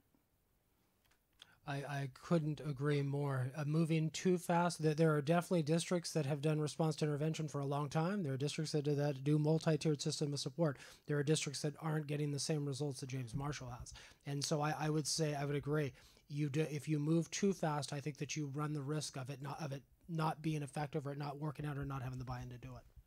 I would say, and I would agree exactly, but I was more looking at strategically. How do we move strategic in that process so we can begin to plan to get there? Trustee Walker. Okay, more of my favorite subject. That was good, and it's neat because the first time I went out to Marshall was last year to see a play, and I got to see Egypt, and it was a great day. But if you just think about the language that we heard tonight, that was sort of what perked my ears up. I mean, we talked about versus wait versus fail. To Kalia's point, I believe we have a new word, scholars. I will be co-opting that word from now on, because I think it's a great way to put it, and I think it builds confidence. I struggle at times what word to use with my children, students. Scholars works. I'm going to steal that. Reading mastery, decoding. I think my ears perk up when I hear that, when you start talking about English language and literacy. A lot of positives there. I think I would agree with the superintendent and Mr. Herbst talking about when you look at a model, and this is what's tricky because we all talk about models, and I do it a lot with work as an engineer, is that you start with a base, but it doesn't mean it's going to transfer around. And so it's where do you tune and where do you pick that up, and that is clearly on the radar here. And I think that's also encouraging. So all this is encouraging. And again, it was just neat to hear your perspective and a teacher's perspective, and it all makes sense when you listen to it. I think the 19 million, I got a shopping list. I'm ready to go. I think with the multi-tiered thing, I guess the part I would ask, and it probably doesn't go with this, but it's always how I first saw sort of a triangle model. And it was back when I was on school site council at USTAC. And it probably goes more to Marla, but it's also that same tiered approach when we look at interventions on discipline. And that was the first thought I thought of, is that same sort of idea where you apply this idea of getting students engaged, scholars, in being engaged and alert. And at that first level, we always talked about the first thing we're doing, picking up that phone, calling them parents, right? Got to get mom and dad involved first. And then it moved up a level. And then you got to this really bad spot. It was the only time I ever got written in the paper before I was elected. It was a good article where we forced the students and the parents to agree that they would come in for a 0 period and a 7th period after school. And we bookended it so it was PE, so they had to take an extra English and math class. And it was their work ethic that got them out. And so you sort of got in this box, but then it was on you to get out. But it's that same sort of idea, if I'm making sense, because I correlate the two because they both seem to be the same sort of model that works, where you start at one level and then you move up and you try not to get to the top. Yeah, PBIS, and it's probably because I know that you followed PBIS for a long time. PBIS is based on that exact premise. It is not a canned program. It's a structure of tiered intervention. It's based on RTI. PBIS is RTI on a behavioral end. So that whole thing of kids understanding rules, school rules, your basic tier 1, we're going to reinforce and we're going to analyze data, et cetera. Then you move your way up the tiers as a student needs it. So yeah, that's PBIS RTI behavior. A great report. I think everybody else has already asked the questions I was looking at, but it's good to hear because you can see, again, the idea that you have a model, but you can take that model as far as multi-tiered intervention at the discipline level and sort of apply that same structured thought process to our students and scholars that need a little bit extra help. So I'm already making that transition and sort of lift them up. And to finish up with what was it Kalia asked at the last thing, there's nothing I hate worse, and it drives me nuts because you're right in education. Every time we dig into numbers, you have to dig into groups. And it's interesting because people do ask me when I, like my wife and my daughters, why do you always have to divvy up into groups? And it's interesting that you bring it up because you get used to it, but it's a different bit, and I would love to get back out of the idea that we look at everything in subgroups versus the whole thing. And it isn't interesting, and it's tricky to do because they make us do it. But yes, we got one new word tonight, scholar. Trustee Irvin? Yes, barring, since we don't have the technology or it's not readily available yet to clone you or your staff, I'm just looking for some other options. All right. I actually had a couple questions. And thank you, Ms. Mello, and I see two staff members out there from Marshall. Thank you for coming and joining and sitting through. And Mr. Guerrero, this actually is a question for you. I appreciate the new language you introduced to us tonight. You mentioned in your report that the intervention time, you call it sacred, which I like that too. It's a sacred time for our scholars. Nobody interrupts it. So can you walk us through a little bit of what does Tier 1 intervention, that sacred time, what does that look like? So when we're talking about intervention, we're talking about Tier 2. Tier 1 would be just teaching in general. What does teaching look like? We look for good teaching. So on top of that, we add our intervention. So within intervention, we are focusing on decoding. Once our students become decoders, we then focus on comprehension. And we realize that we need to address language because without language, the students aren't comprehending what they're decoding. And so it's about 30 to 40 minutes every single day, depending on the grade level. And we've used the SRA curriculum and direct instruction to be able to deliver that curriculum. So are you dividing up the students based on their intervention needs? So there may be some first graders with some third graders? No. K has their own intervention. Students are given a placement test into the reading mastery curriculum. We then separate the groups out into 3 different groups per classroom for a total of, if you looked at AM Kinder, we have 6 groups running. If we look at 2nd and 3rd grade, we have 9 teachers with a total of 18 groups running. So we separate out the students from the most intense, having the smallest group instruction, to the students who are at grade level, and there's a group of 26 scholars in there. And they're just working. It's pretty amazing to watch. And so you have each of the teachers, you said you had 9 teachers? We have 9 teachers and then additional support staff to be able to shrink down the groups. Okay. And so this is a question for Mr. Herbst. Thank you, Mr. Guerrero. Thank you. And thank you for your enthusiasm and your willingness to be a leader on your site for this. And this is a question for Mr. Herbst. What do you need from us? Obviously, there's some enthusiasm on the board for what's going on here. This is a pretty happy time. So what do you need? What do we need to be doing as the board to move forward with MTSS? And I also have to say that the $9,750 we spent for Dr. Gillespie was money well spent. So, but what else do we need to do? He's a wise man. Honestly, this is going to probably surprise you because I know what Trustee Irvin meant. There's obviously an urgency, but I would say patience. I hate to say I would say patience. It's getting the relevant stakeholders on board to believe and to believe in it, to do it, and to organize their instructional day accordingly. And to me, that's just not something you could force. And I worry, and I know I bring it up when I talk restorative practices or PBIS, sometimes you just can't say to somebody, this is how we're going to do things, now do it. Sometimes you've got to let it grow and let success breed success. So I would probably ask for patience. All right, great. Thank you. All right, Trustee Brown has a question. I don't know if it's a question as much as just an observation. So as we roll out a process like this, it seems to me that there's 2 tiers. We identify the school sites that have the culture prepared so that it can be successful, and then at the same time, we should be identifying schools that we can help build that culture so that we're ready to roll them into the same process. And so we've identified the people that were invited to the stakeholders meeting were Marshall, the 2 sites that we had this year, and an additional 5 sites that we're looking at. And again, it's not to force. They heard the information. One of the sites is going to go see Marshall to see their intervention program themselves, but that's how we're working through it. And then we continue to work with the other stakeholders in terms of union leadership to make sure that hopefully we could want to work together on this whole process. All right. This is a report. But so, are there any questions or comments from the audience? All right, Kalia, you come on up. I'm back. So this is not really a question; it's more of a comment.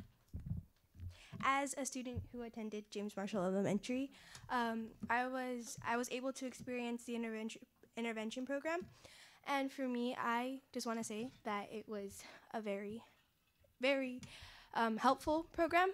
It's definitely something that I looked forward to in the day, and it helped me a lot on my language because we focused mostly on language, and so for me, I was a very proficient reader. But as the year started in 6th grade, I wasn't really that good of a reader, but as soon as intervention came around, I saw improvements in my reading thanks to intervention. So I just want to say that. And as my little sister, she goes to James Marshall too. Intervention is definitely something that she looks forward to in the day, and it's definitely helping her, at least from her perspective. And that's basically just what I want to say. Thank you, Mr. Guerrero. Thank you for your input. All right, Mr. Jones. I just want to piggyback on the young people, what she was saying early when she said something about special ed. Kind of had me doing some study. You had a point there. Maybe the language do need to be changed. Like IEI, individual education improvement. That may be a good one. And then I heard a young lady says, I guess the IEP. Well, let's individual education program. So y'all need to listen to these young people because it kind of got to me. I was like thinking, yeah, instead of saying special ed, kind of puts them low. And we're trying to lift them. You know what I'm saying? So I just threw it at you. Just maybe we can change the language and be the first in the state. Instead of saying special ed, we'll say individual education improvement. All right. Back to the board for comment. Trustee Lopez. I was very fortunate when I came in last year to take a tour of Marshall, so I got to see firsthand the tiers and intervention. So I just want to thank Mr. Guerrero and all your staff for the amazing work that you guys do. It's a pleasure. I have some past teachers in the crowd as well. So I really do appreciate the work you guys do, and I think one of the things that I wanted to ask, but it's been asked by everyone here, is just what do we need to make that culture happen in all our schools? Because it's something that's working, and we need to uplift it and invest in it. Good deal. Trustee Irvin. I just wanted to say that it's really really good and a blessing to have a model already here and somebody recommending us to somewhere else outside of the district. It's nice to be able to reference a model here in the district, which is a testament to the Marshall staff and folks. So thank you for that. That we don't have to travel 300 or 400 miles somewhere to go see somebody else's model. And I don't see any of my teachers in the audience. Trustee Walker. I would just echo my fellow board members' comments, and I think that what you get, I think the answer to what we need to do as a board, the idea that patience is what they need, but I also think that if you look at the conversation we've had up here tonight between two different agenda items, I think it's pretty clear this board supports what we're doing and how we're going about it, and I think that's probably about as positive as we can be on anything, is that if you look up here at all the questions we've asked and sort of what we've heard, we're 7 wide, 8 when we count our student rep, and I think we're all on board, and I think that's about as much as you could ask, and I think if we just let folks do what they do and be patient with them knowing that we're behind them, then we're in a good place. All right. Trustee Marks. I'm hopeful also now that the bond has passed. Woohoo! Thank you to our board member for working so hard, Mr. Brown, and the rest of the teachers union and all the community members that have worked hard in our staff. Just hopefully as we move forward with this, even looking at this program and maybe some of our special ed programs, that maybe as we revise them, I don't know exactly how the wording is on all of them, but I know it is very student focused. So I believe that maybe there's a way we can develop some of those rooms for the students to have that uninterrupted time and make it a special place for them, just that it's a good place for them to continue on with their learning. So I don't know, but as I'm thinking about this bond and future programs and the way we might teach students, maybe, but I don't want any more honeycomb-shaped schools without walls. So that makes it really difficult to focus. But I'm looking forward to having our students be able to, learn in that environment. So that's great. It's so wonderful to hear all of you talk about it. So I'm excited about it. Thank you. All right. Well, thank you. I'm an advocate for the honeycomb thing. I was a product of that, and so were my kids. So, at any rate, we're going to take a quick break, and we'll be back in just a few minutes.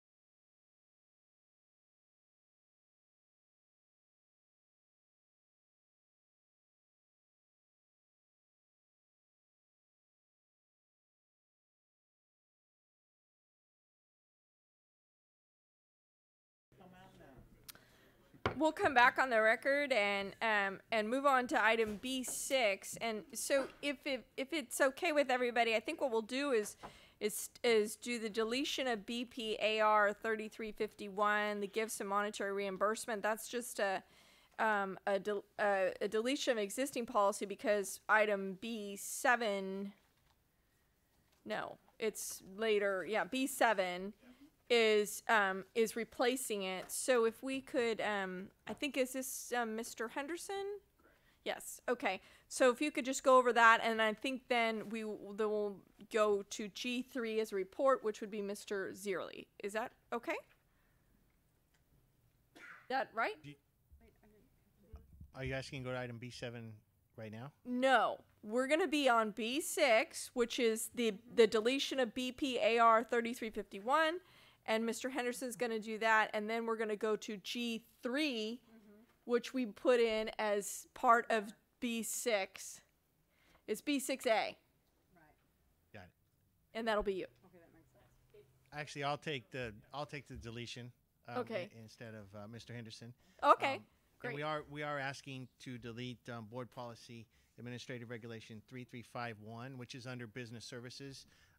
It was gifts and monetary reimbursement to students and staff, because item B7, there will be a first reading of board policy 4356.2 that will cover this. It will replace this board policy. It was in the wrong, in following the CSBA guidelines for board policies, it's in the wrong division. There is a policy in the 4000s, which Mr. Henderson will cover in item B7 with the first reading. That's why we're just deleting it from the 3000s. Are there any questions for staff on that, but from the board on B? And this item can be found on B6, page 22 and 24. I mean 23 and 24. Any questions, Ms. Marks?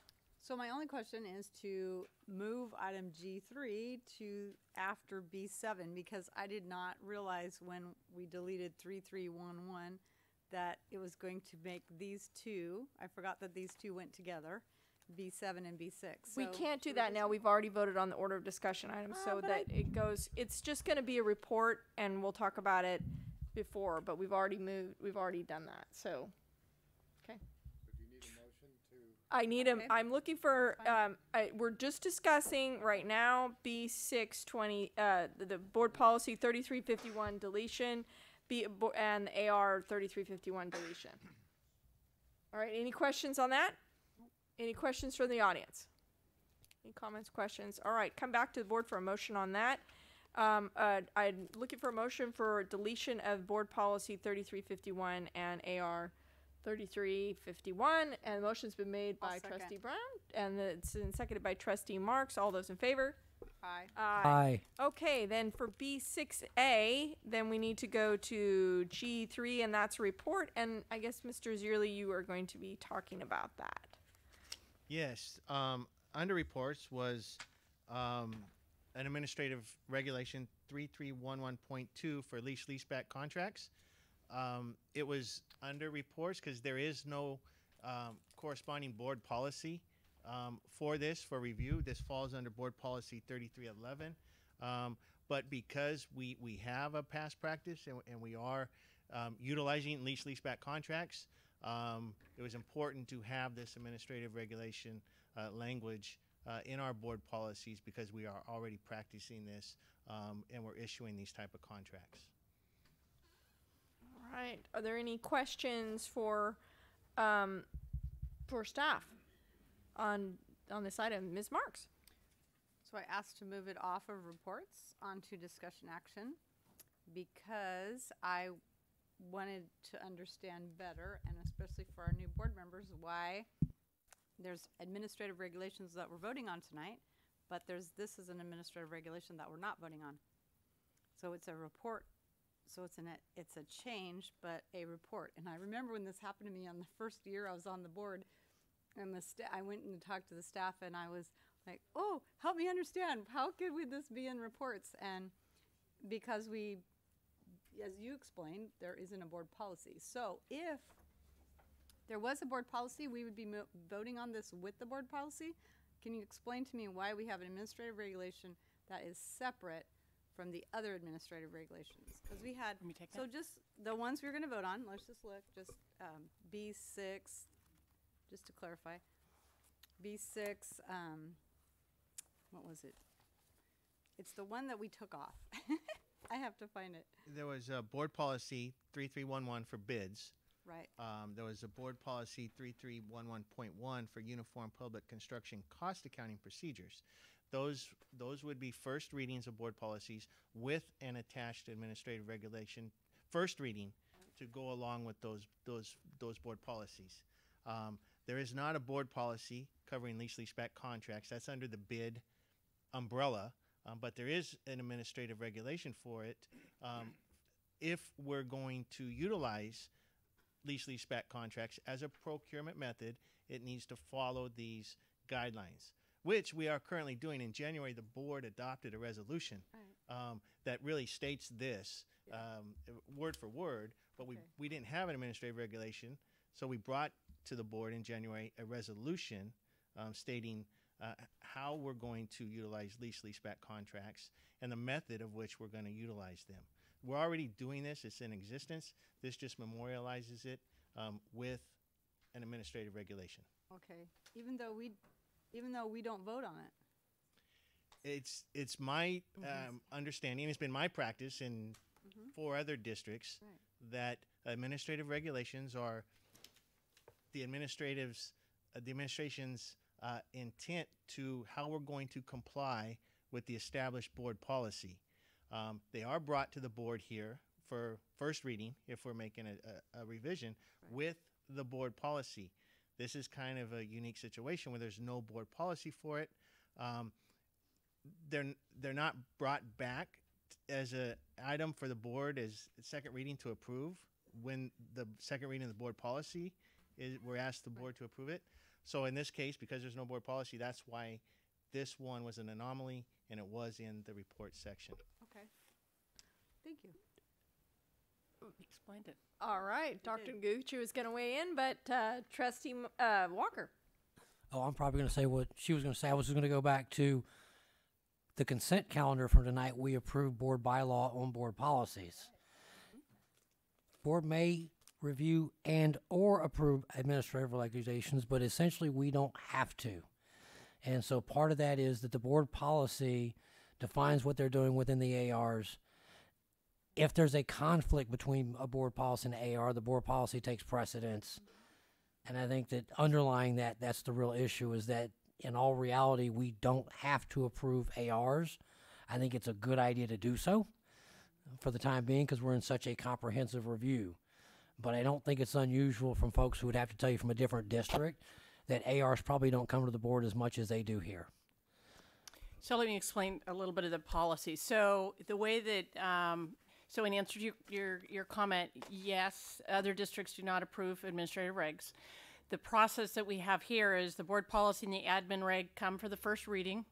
The second reading is just the board policy where you're approving it. So if you were to look back in what we've done over the last 4 or 5 months, the ARs don't come forward. It's just the board policies that you actually have the vote on. So that's getting in the weeds. AR is really the weeds of staff and how we're going to ensure that the board policy is actually adhered to. So that's the process. All right. Any more discussion? All right. That's just a discussion item. And we voted on the action item that was B6, and we'll be bringing back those other board policy and AR that were on agenda. We'll be bringing those back at the next meeting.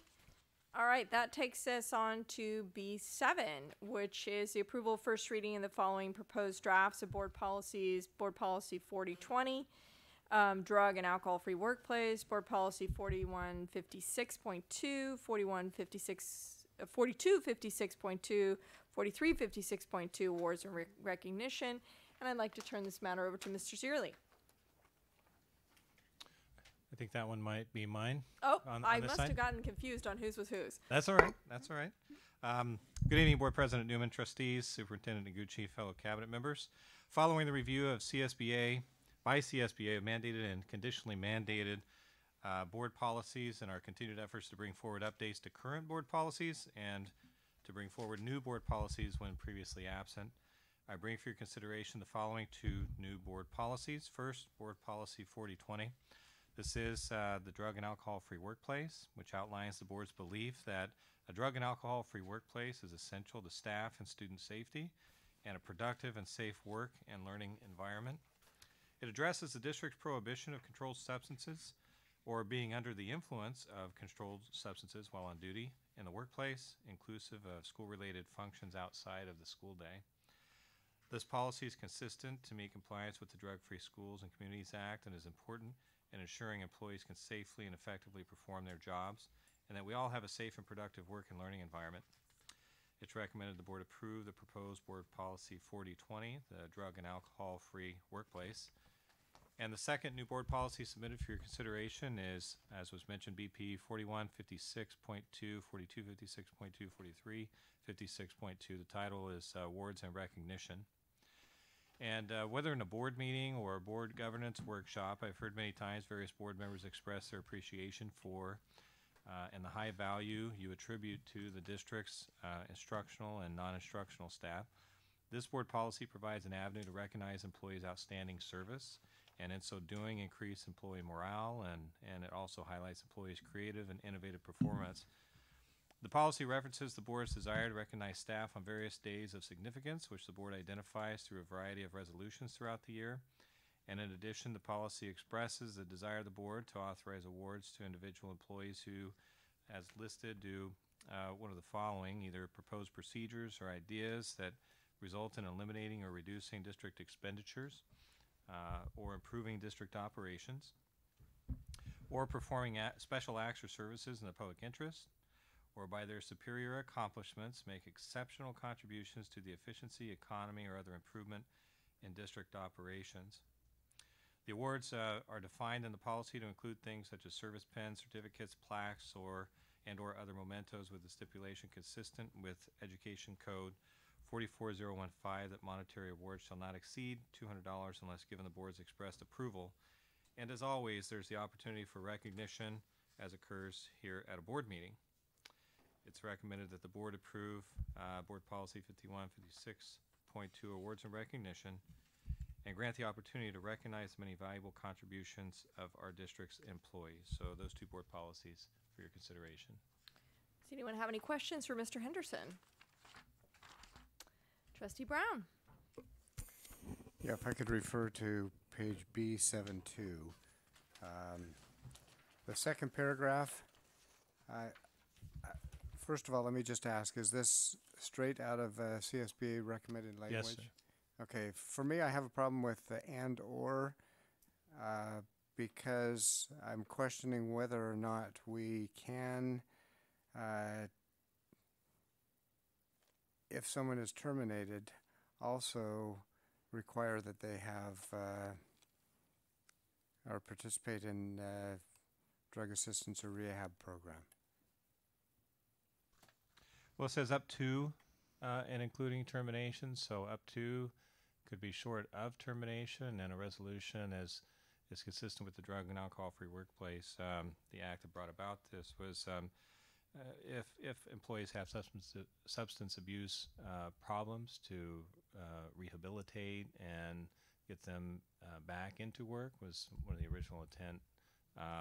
Actually, Ronald Reagan signing that for federal employees, but so I would say that that refers to the up to and including, but not necessarily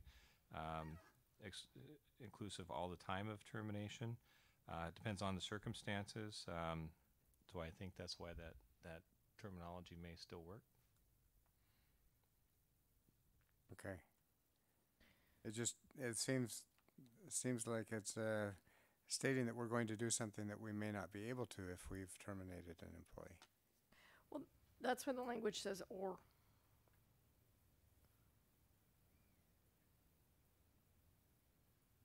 Because we could terminate or you could do that. Or you could put them into a rehabilitation program. So if you terminate, you wouldn't do that. You'd do one or the other.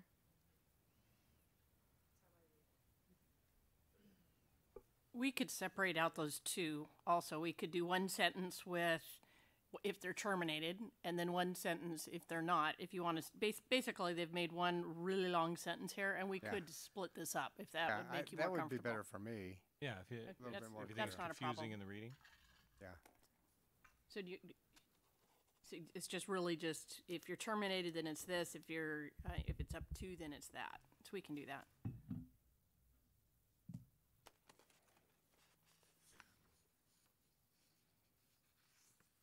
All right, Trustee Irvin? Just to add to that, could they be talking about the employee assistance program, possibly? Eligibility, wouldn't you still be eligible even if you're terminated? Yeah, that's referenced in the B72, item 3, available drug counseling, rehabilitation, and employee assistance program. Yes. Number 3. 7-2. I would just do in reference to that. I thought, maybe it could be. Oh, as part of the rehabilitation Yeah. program. But my question was about on B.71, where it talks about being under the influence. What is the measuring rod for that? How do we determine if an employee is under the influence in order to proceed with the discipline outlined in the board policy here? There's a process by which we would have to establish a reasonable suspicion. You have managers who are in charge of supervising employees and have a baseline knowledge of what normal behavior is. So when behavior may veer from what that normality is, they may report some suspicion. We then work with those sites in providing some indicator lists for making a determination initially of what reasonable suspicion is, and if it's established that behavior is a variant from what normal behavior is through those indicators, then we have trained staff in the district, school safety officers, myself, others have been trained to go and make an in-person assessment. And if it's determined further, affirmed that reasonable suspicion is present, then we have an agency that we would then direct the employee to be transported to for testing. Okay, so when you say they would be transported at the district's expense for testing? We would have someone drive them over if we suspected they were in the influence. Obviously, we wouldn't want them driving or. Okay. Yeah, I would just make sure you're under influence now. Go. No, absolutely not. No, as would be safe. And it's local, right? So it's right. And now from and I know this is all new from an alcoholic standpoint, they could give them a breathalyzer. What if they're under the influence of marijuana? We don't deploy breathalyzer tests. But I'm just saying, when you go to that institution or wherever they take it to make sure, we know that 0.8 you're under the influence. What is the measuring for? Because since there's no state established, measurement, what do we use as that determination? Even though we know they are, but there's no way to. Well, what that could tell us, even in a test like that, is that there was a substance in their system, right? And not, that determination of whether they were under the influence of that substance is part of that challenge of that. But there's not a numerical number, is what you're pointing out, as there is with alcohol or blood alcohol level. But even being under the influence of or partaking in some of the marijuana, for example, you still can't do that while in the workplace or during time of employment. So it would still be prohibited activity. Right. I just see this becoming an issue down the road somewhere of another, So I'm just like, how do we get ahead of this? It sounds like you're talking more globally about the trends that are going on, and actually with some of the legalization of some of the marijuana, even with medical marijuana allowances through cars and things, you still cannot be under the influence while under employment, particularly in a school system when in charge of caring for our youth. But but the science behind determining what's I- impairment with that is Probably the police hot departments debate. across the states would agree with you on that. Bigger than a school board. I think that's above our pay grade. Trustee Marks? Is this changing any practice that we're already doing?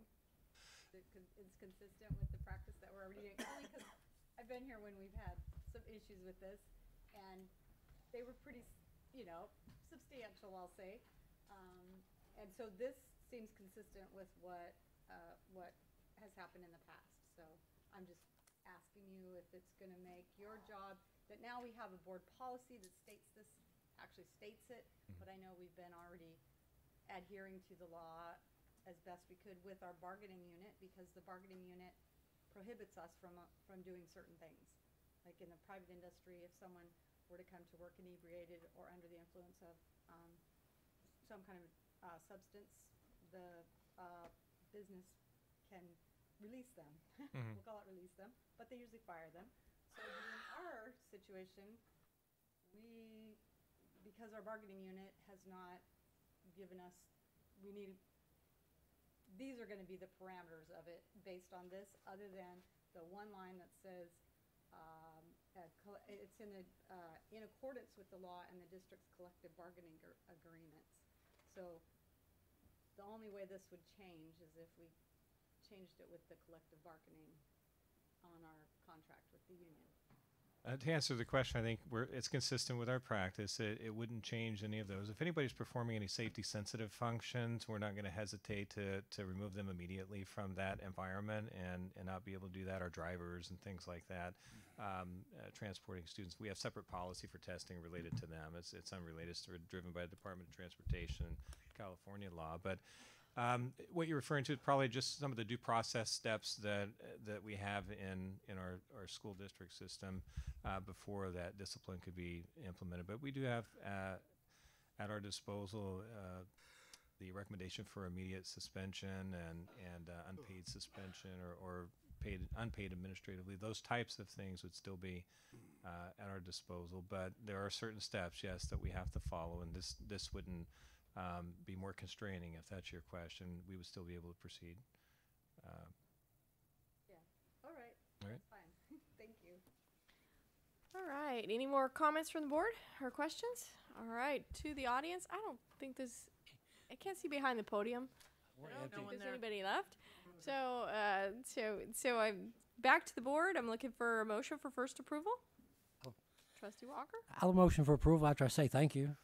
One, I was surprised we didn't have the drug and alcohol policy, which was interesting when I went looking, because I knew it was our practice. And I think the awards and recognition is a well-needed change. 'Cause I think we need to recognize and award employees, students, and everybody at any opportunity we get. And I'll follow up later about a question about Cindy Marks on the drug and alcohol. My kids have a question about why they keep seeing the drug dogs at Enoch's, but that's a second question, because apparently they're there all the time now. But with that being said, I move we approve these two policies. All right. It's been moved by Trustee Walker and seconded by Trustee West. All those in favor say aye. Aye. All right. Then the first reading has been approved. This takes us to item B9, which is approval of first reading of proposed drafts of the following board bylaws. Board bylaw of 98. Oops. I just jammed too far ahead. We need a little bit more of Mark for the end of the evening. That's right. Mark. That sounded This not one genuine. is, I don't know why I buzzed right past this. Okay, this one is a review of BP and board policies regarding non-public, non-sectarian school and agency services for special education students and children with disabilities enrolled by their parents at a private school. This is interesting information. Mr. Herbst. I will be brief. Both board policy and administrative regulations 6159.2 and 6164.41 are new and not replacing any existing language. The language comes directly from California School Boards Association and includes the process and procedures found in our staff handbook and are currently the procedures we follow within our district. Briefly, on board policy in AR 6159.2. This recognizes that in certain circumstances, when we cannot provide the level of support necessary for a student with a disability to be successful within our district, we're able to contract with non-public schools or agencies to meet that student's needs. The non-public school or agency or school must be certified by the state of California.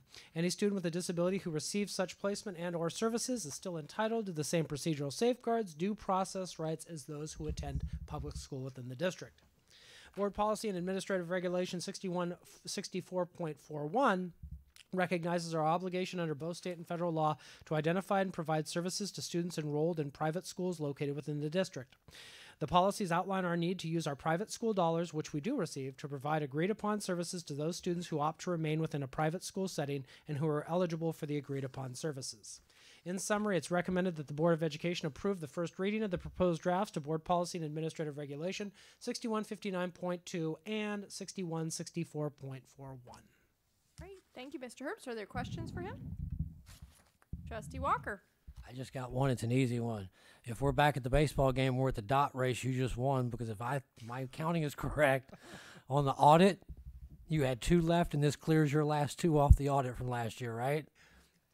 On the special ed front, there's a couple school. There's a health service one that I'm going to bring forward, and there's a service animal one I'm bringing. Okay, so you're in second place on the dot race, but you're looking at first. Great job. All right, Trustee Irvin.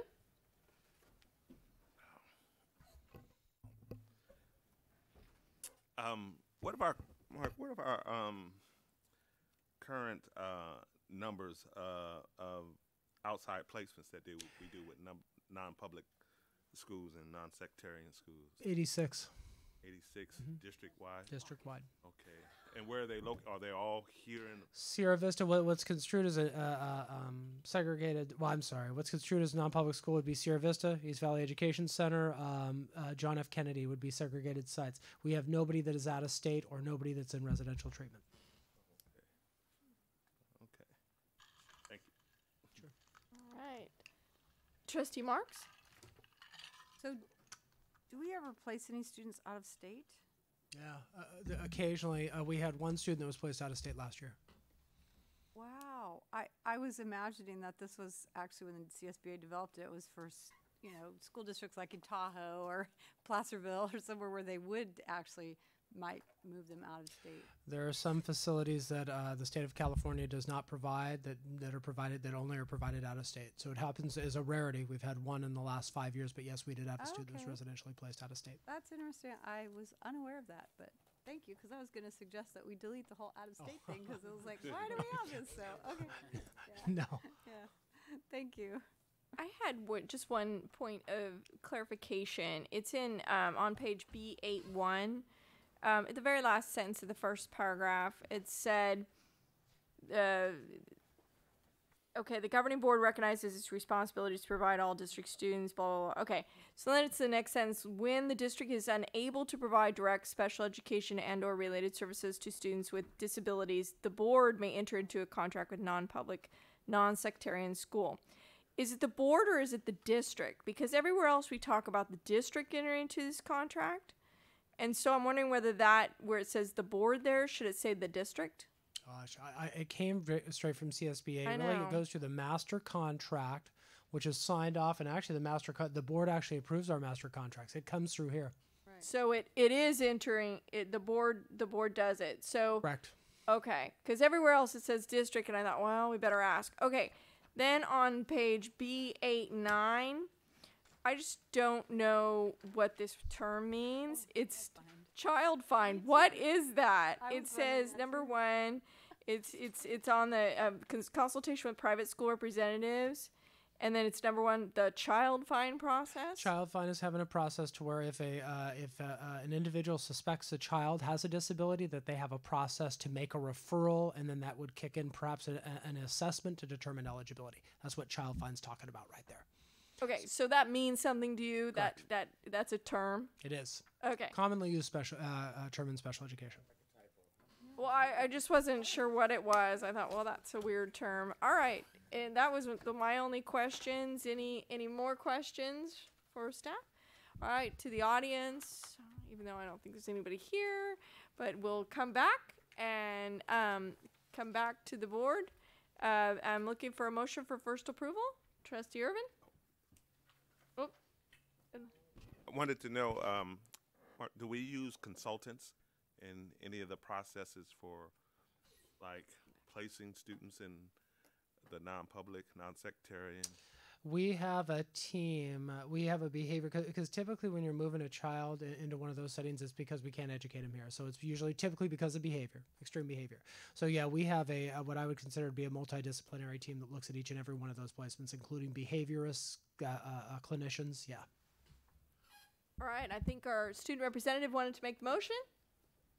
Yeah, so Student Representative Benz wants to make the motion for approval of first reading, and is there a second? And it's been seconded by Trustee Lopez. All those in favor, state aye.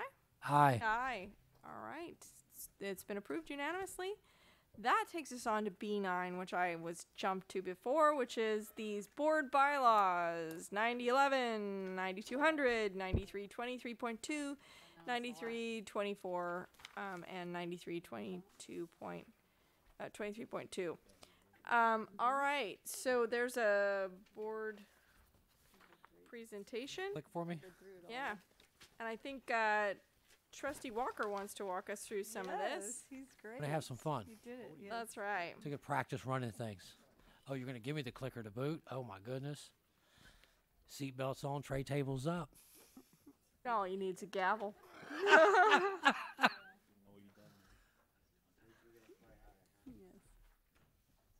Okay, so the idea of this was sort of go over what we've done in the past, previously approved, the first reading of these bylaws.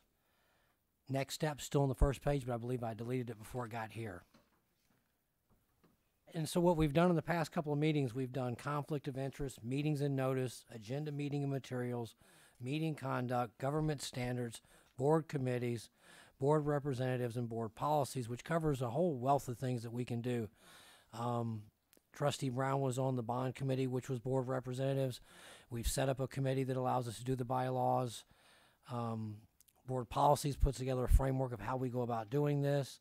Our meeting conduct, agenda meeting material, meetings and notices, all those are going to be folded into the protocols and norms we'll see later, which is part of what I'm doing, is sort of highlighting for the public that's not here that all this underlies what we're doing at the other level. So tonight we're doing disclosure of confidential information, limits of board member authority, actions by the board, meetings and recordings. I wanted to highlight just a couple of things. Disclosure of confidential privileged information. We'll see this later at the next agenda item, but essentially that we're not going to disclose confidential information acquired during a closed session. It's defined as communication made in a closed session related to the basis for a board to meet lawfully in closed session. A board member shall not disclose confidential information acquired in the course of his or her official duties. I think it's common sense, but I think when you sort of look at it and you look at what we do in the protocols and norms, this is, again, reinforced there. 9200 talks about the limits of board member authority. The unit of authority is the board when we're sitting as we are now. No individual member has authority. Board members shall hold the education of students above all their personal, political, and other partisan issues. I think we do a pretty good job of that, but I think it's important to note that when we're functioning as a board, we set our personal stuff aside and it's about the children and about the students. Individual board members do not have the ability to resolve complaints. We'll see that come up again a little bit later, but it's important to note that our job is to hand these issues back off to the professionals and not try to resolve conflicts over the phone or through email. Board member whose child is attending a district school should be aware of his or her role as a board member when interacting with district employees. I thought this was interesting enough to highlight because we have 3 parents sitting up here who have kids in high school right now. And so Trustee Irvin over at Davis, myself over at Enox, and President Newman at Mo High, we're bouncing in and out of these sites, and we have to be cautious and aware of the surroundings and interacting with employees. I had a pause here for questions if there were any. It's more relative to the next one than the previous 2.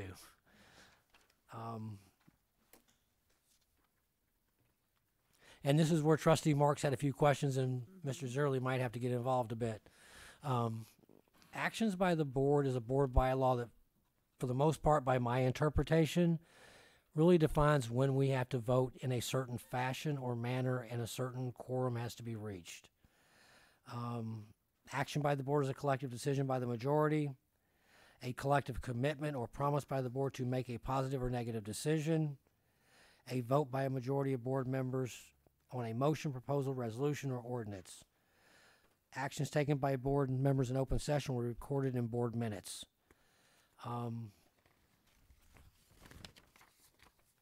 The next part of this comes up again in our norms and protocols. Again, is it when we talked about meetings and agendas and how meetings are conducted, non-agenda items. After publicly identifying an item, the board may take action on a subject not appearing on a posted meeting agenda under the following two conditions. A majority of the board determines an emergency situation exists, 2/3 members are present, or if less than 2/3 are present, by a unanimous vote. And I think that's important because if we're all here, it's 2/3. If we're not, it's a unanimous vote. So it changes what it takes to move an item forward in a special emergency circumstance. An item appeared on an agenda of or was continued from a meeting that occurred not more than 5 days earlier. And so those are two very unique situations where we could automatically add an emergency item to an agenda, and I thought it was worth highlighting. And then here's where Mr. Zerley might get involved. I got a litany of items that require a 2/3 vote. A supermajority. Resolution declaring intent to sell or lease property. Governing board to convey or dedicate property to the state or any political subdivision. Lease for up to 3 months of school property which has a residence and can't be developed. Request for temporary borrowing pursuant to government code to pay obligations. Complying with government code on public resource codes to render city or zoning ordinances impracticable. District is organized to serve only grade K through 8 and seeks to establish a community day school for K through 8. District organized to serve only K through 8 and seeks to establish a community day school for any grades K through 8 on a school site. When the district desires to operate a community day school to serve grades K through 6 on an existing school site.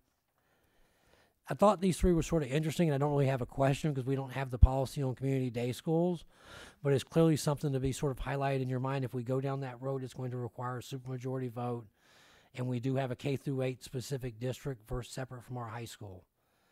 The zoning stuff was interesting and I thought worth noting because we're getting ready to be doing infrastructure and facilities. Let's see if I'm still tracking myself here. Resolution of intent to issue bonds within school facilities improvement district with approval of 5% of the vote of a facilities improvement district. I believe we just got that done last week, so that will require 2/3 when we start moving forward there. Resolution to place a parcel tax on the ballot. Resolution of necessity to proceed with an eminent domain action. Let's hope we don't go there. We've done that, though. Still continuing with 2/3 vote. Determining that there's a need to take immediate action, that the need for immediate action came to the attention of the district after the posting of the agenda, which was earlier. Determining that a closed session is necessary during an emergency meeting. We get 4/5 vote. Expenditure transfer of necessary funds and use of district property to meet a national or local emergency created by war, military, naval, air attack, sabotage. I thought this was kind of humorous, but I copied it anyway. Surely this predates somewhere that we're under attack and we can do that, but take 4 out of 5 of us. Resolution for district borrowing insurance of notes, tax anticipation warrants, indebtedness, up to 50% of estimated income for the fiscal year. Moving on 4/5 still. Resolution of borrowing between July 15th and August 30th, up to 25% of income based on fiscal year on ADA. Declaration of an emergency in order to authorize the district to include a brand name. Resolution to award a contract for a public works project at $187,500 or less to a lowest bidder using uniform public construction cost accounting. Get complicated. That's in the weeds, isn't it? Actions requiring a unanimous vote. Resolution authorizing prescribing the terms of a community lease for extraction of gas. I put this under the one with the war thing. Probably not likely. Waiver of a competitive bid process for public contract. Private sale of surplus property without advertisement. I think what was interesting in the sort of in the weeds on this one, the examples they were using would be similar to when we sort of push out computers that are outdated. And one of the examples in the notes that I pulled out of this bylaw was sort of as we move from the older system onto the HPs, we had older computers that we refreshed and then donated out. And that was an example that they used where we transferred those out to the community and it was less than a certain value.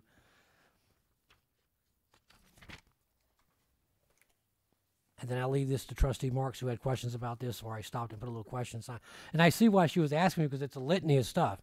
Essentially, you had 26 items of different ways about how we would vote, and a lot of it has to do with business transactions, leasing, borrowing, warrants, and I'll let you ask questions if you had any still.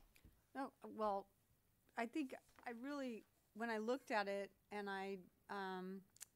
because we're in CFA and SAPFA, the School Infrastructure Financing Agency with multiple school districts, and then we have had to do a eminent domain when we built Grigori. I believe it was the sides of the street, because we had to expand the roads because we had to put the infrastructure in because the city hadn't done it yet, or the county. And so we were responsible for that. So it turned into a lot of voting and a lot of sales of property and purchasing of properties to do that. So we've gone through a lot of this already, just as a practice.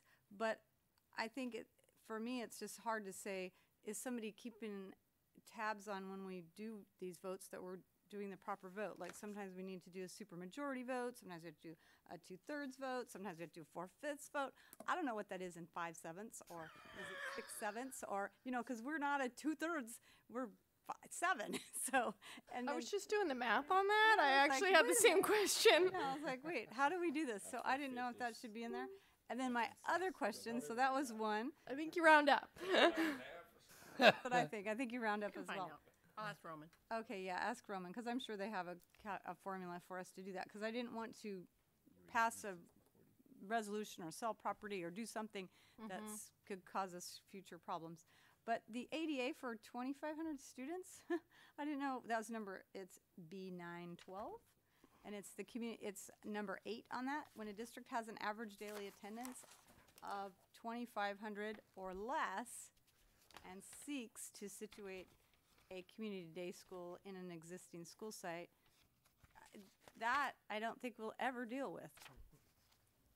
Well, I would hope we wouldn't. We're at 30,000. I can't imagine that we'd be down to 2,500. But so anyway, I don't know, but I would like to just take that off. For me, less is better and less is more, because this is a lot already. So, and then just renumber them. But that was kind of my my question. Can we take Which one are you? You're on where, Cindy? B912, number 8. B912, number 8, yeah. You know, I would, before we would delete that, we would need to ask council, because we have a charter that is a that would fit that, but it says when the district has an average daily attendance. So we have what is it called? That our charter at Aspire has a specific name that we're we don't have all of the authority over it. It's an independent charter. Yes, I'm like looking for the exact word.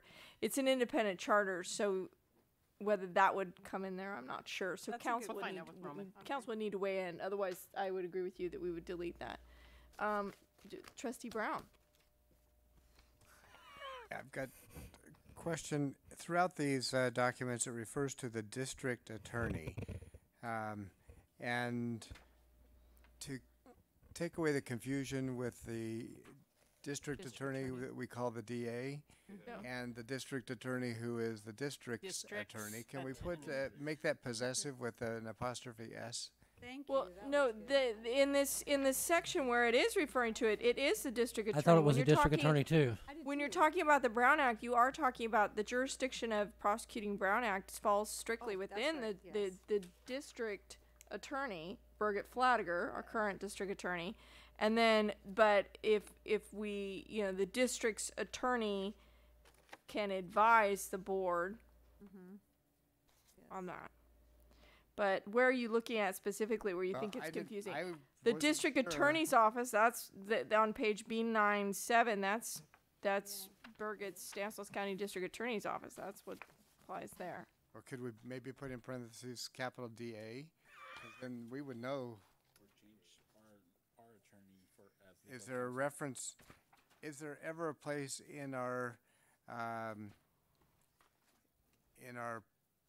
policies that we refer to the attorney of the district as the district attorney? We can certainly add DA behind it where it's differentiating between district attorney or the district's attorney. That's easy. That's an easy fix. Okay, that would be really helpful. Or even capitalize the district. District attorney. Yeah, because that isn't a specific person. That's a title. Uh-huh. Yeah. And then another question that I have is on page B912.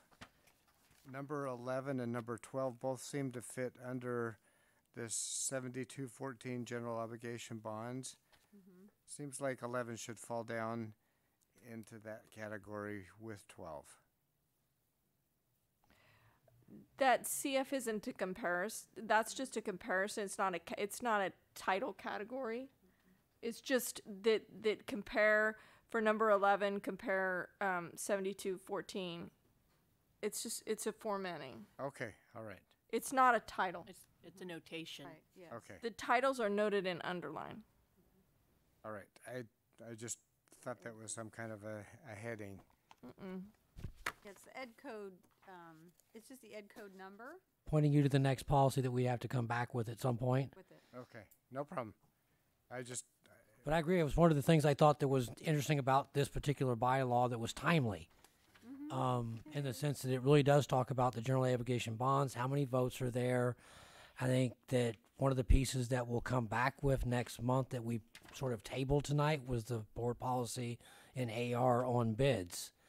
And when we come back to that next month, I think you'll see that in numerous places, it does talk in that board policy about the 4/5 vote needed and some of these other terms that we're seeing here. And so this particular bylaw goes quite handy with the bids one that we tabled, because a lot of the language is similar, because a lot of this has to do with transactional issues. And I think I would agree with Trustee Marks. What I thought was most interesting as I was sort of reading through this and taking my notes was, I need a Cliff Notes version of this guy so that we know. I'm sort of thinking, did we ever miss with the supermajority vote during the time where I didn't know or we didn't know because we hadn't looked at it, because it doesn't look at face value. That's what you're reading. But it was nice to actually sort of be able to say, okay, these are my notes. This is when we would have to do this, which was sort of a learning experience of its own.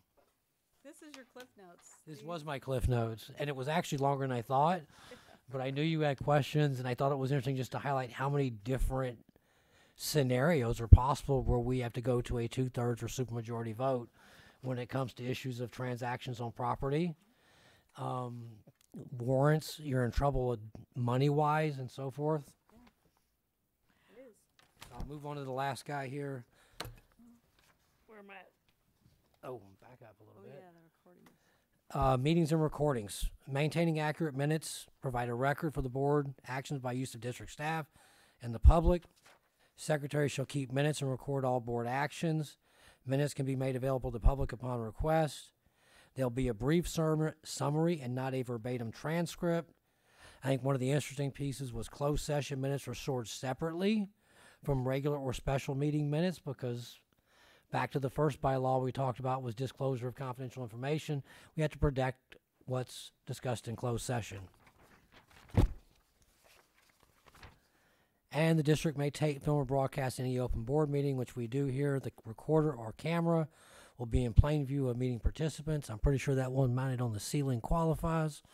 And but it says here that the board president shall announce the recording or broadcasting is being made at the beginning of the meeting. Are Correct. we announcing that every meeting? I think that's something we need to look at.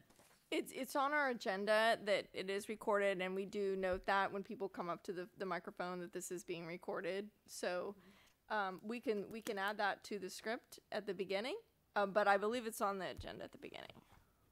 At least we're thinking right. I thought about it. It tells me here that we should add that to our script based on the way I'm reading it. Yeah. That would be smart. Yeah. It would just be a couple sentences. Yeah, I'll add that to it. See, that was interesting. I left that out to see if anybody would bring it up. I was like, I do, I don't, I want. You know, how deep do I go after I list off 72 little bullet items for actions by the board? But I did see that, and I thought it was interesting, and I knew it was in the printed version. And I was trying to remember back in my city council days when I would show up if they ever announced that, or is it just sort of known? But yeah, I would agree, probably add it in. Other than that, that's the 4 for tonight. With the summary, I think when you put all of these together, I really do think sort of the last 2 or 3 months of work that we've done on the bylaws supports and reaffirms and sort of puts in place what's going on with the protocols and norms and makes them a lot more understandable when you look at what we're doing in meetings, agendas, you know, disclosure of information, public comment, so forth and so on. At least in my mind, it puts that picture together a lot easier to understand versus something nebulous out there that doesn't have the underlying support of the board bylaws. And I will hand it back to President Newman. I just had one question on page B915. It says it's Exhibit 2, but I can't find Exhibit 1. So it's usually not an Exhibit 2 unless just an Exhibit 1.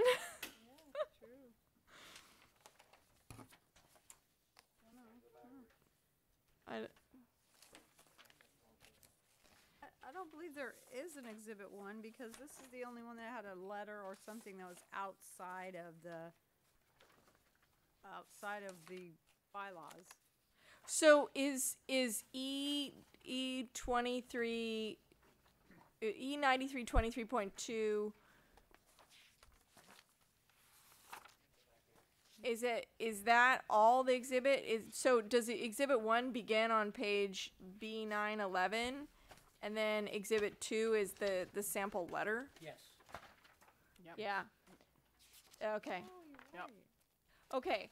So maybe we should just put somewhere on there Exhibit 1. Yep.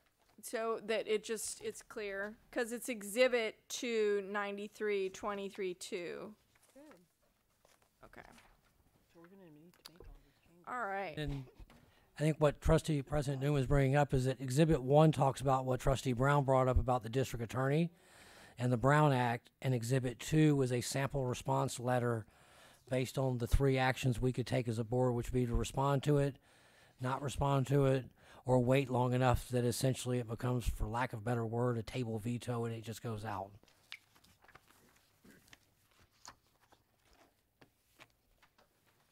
All right. Any more questions on these board bylaws? All right. To the audience for questions. All right. Back to the board. I'm looking for a motion then for approval.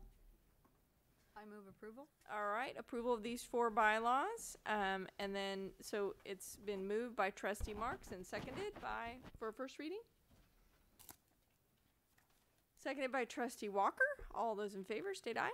Aye. Aye, great. All right, this takes us to item B10, which is approval of the first reading of draft board protocols. And I'd like to turn the matter over to Dr. Noguchi. All right, thank you.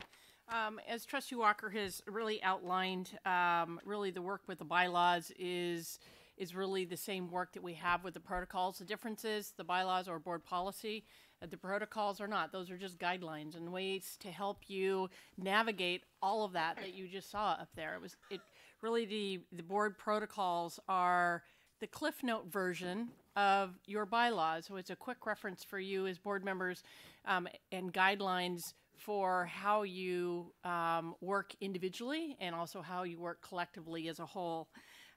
You're reminded that we began this process back in October. We first brought these forward. Then at the last special board meeting last month, we gave you sample revisions, given your input from the October meeting. And today we are going to do the first reading on those protocols. You know, something important to note that I think got lost in the meeting in October is that, it's essential for the board protocols that you read the section as a whole. You can't take a bullet point out and take it out of context. So for those that are reading the board protocols and are using these as guidelines for your work, you really need to look at the section as a whole as opposed to one bullet, because it really depends upon the section as a whole rather than any one fact or any one outline behavior, if you will. So with that, I turn it over to President Newman as we work through and get any input for first reading for the protocols. Great. And you'll note in the revisions are in red and underlined so that you can easily buzz through them. I hope you had a chance to do that. Are there any questions? Any edits, concerns? Trustee West. Just to clarify, well, I guess the first one is a comment on B10.3. I highlighted, and I think this needs to guide all of our protocols, what is best for our students informs all of our decisions. So I just kind of want to emphasize that. B10.3, number 2. I mean, everything's important in there, but I just, personally, I just want to emphasize that. On the following page, which is B10.4, just to clarify the number 4 bullet point B, that we can ask for reconsideration of an item if we'd like. We can come back to something. Is that Well, correct? it depends on if you are on the prevailing side or on the non-prevailing side. If Right. you are on the non-prevailing, it's a year. Yes. But if you are on the prevailing side and you're like, I think I made a mistake, and that's happened. Like I made a mistake, so as soon as possible, it's important to bring it back, because the staff's gonna take action. So if it was a decision, purchase a bunch of computers, and you voted yes on it, and you're like, I really think I should have voted no, and it was a split decision, we may need to call an emergency meeting. So the idea of as soon as possible. And I'm just clarifying. So thank you. Yeah. That was my understanding. And then on B10.6, D3. Just clarifying the wording on that. Yes. That when we are contacted by someone or we are giving our opinion, that we just make sure to let people know that this is our opinion prior to expressing something, that it's not the board's opinion, it's a personal opinion. Just clarifying that. Yeah. And it's at your discretion? Yes. I mean, if you can choose what you want to do. Yes. Okay. Thank you.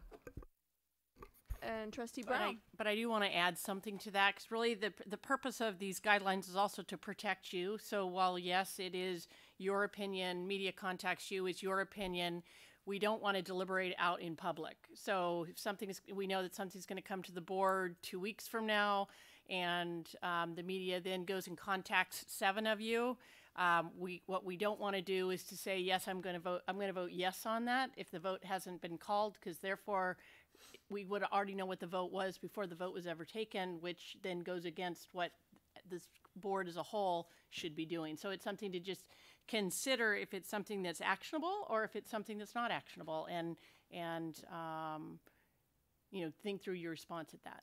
Thank you. Trustee Brown. So addressing that same paragraph on page B10.6.3, I appreciate the way that it's stated. I think it is very clear and yet not something that the public should take offense to.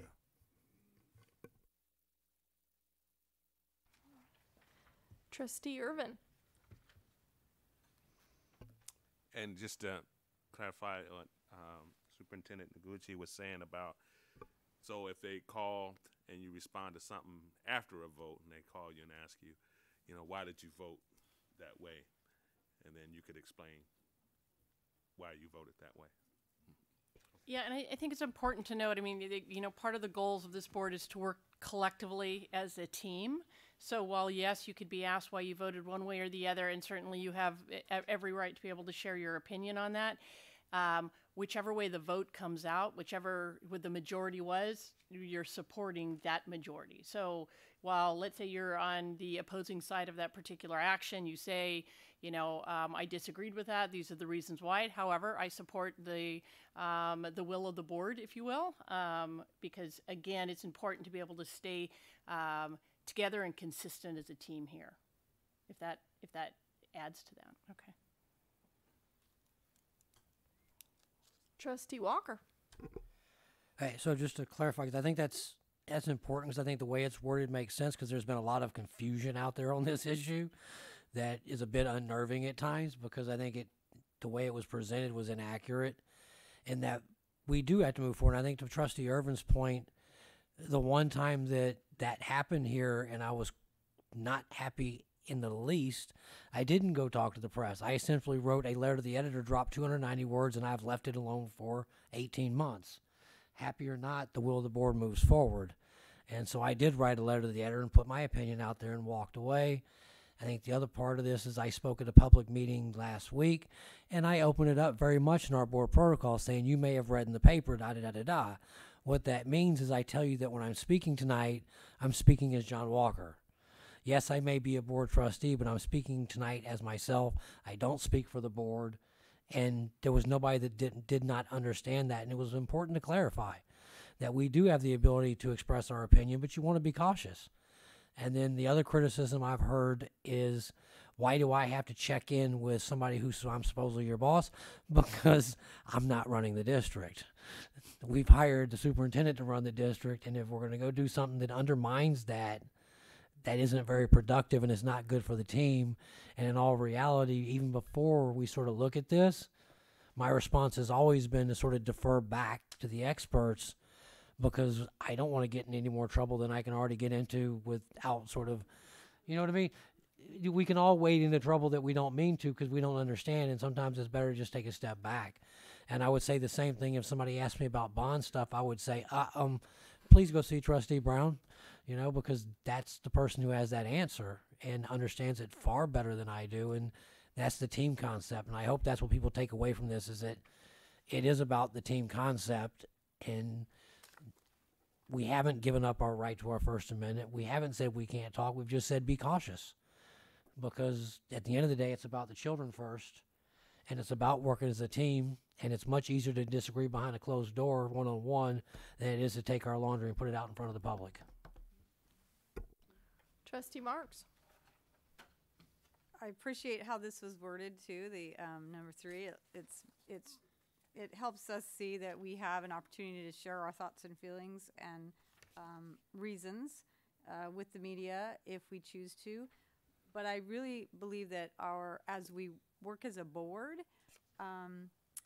it's very helpful for us to share our reasoning behind our vote before we vote, so that we are able to understand where each other's coming from. And sometimes there's an opportunity to bring more alignment if there's somebody who's disagreeing, and there's a way that we can actually formulate it so that we're all, or as many as possible, are together on the vote. So I would hope that as we move forward, we would do our best to explain our reasoning behind our votes, especially if we're in disagreement with the purpose or whatever we're moving on that agenda item on, so that the rest of the board and the staff understands where we're coming from, so that people aren't caught off guard. And then it would probably keep us from being out there in the public with a reporter in that environment where we didn't say why we voted and they want to know why.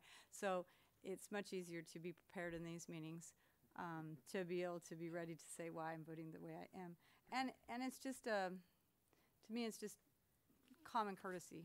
I really disagree with this, and here's my purpose in it, and here's what I value, and whatever it is. And then it's sometimes tough. The next item on the agenda, you're still like, I lost that vote, and now I have to move forward. But if we look at these protocols as a managing our own behavior and how we interact with one another, it's a really good thing because it helps us know, hey, these are the rules we want to abide by because we want to get along up here as much as we can so we can move forward with what's it all about. As Trustee West said, it's the students, so let's do our best. So I think we're headed in that direction, and I appreciate that the newer board members, actually there are 3 of us, but the 4 of you have been willing to go through this process and at least address these together with us because then you own them too.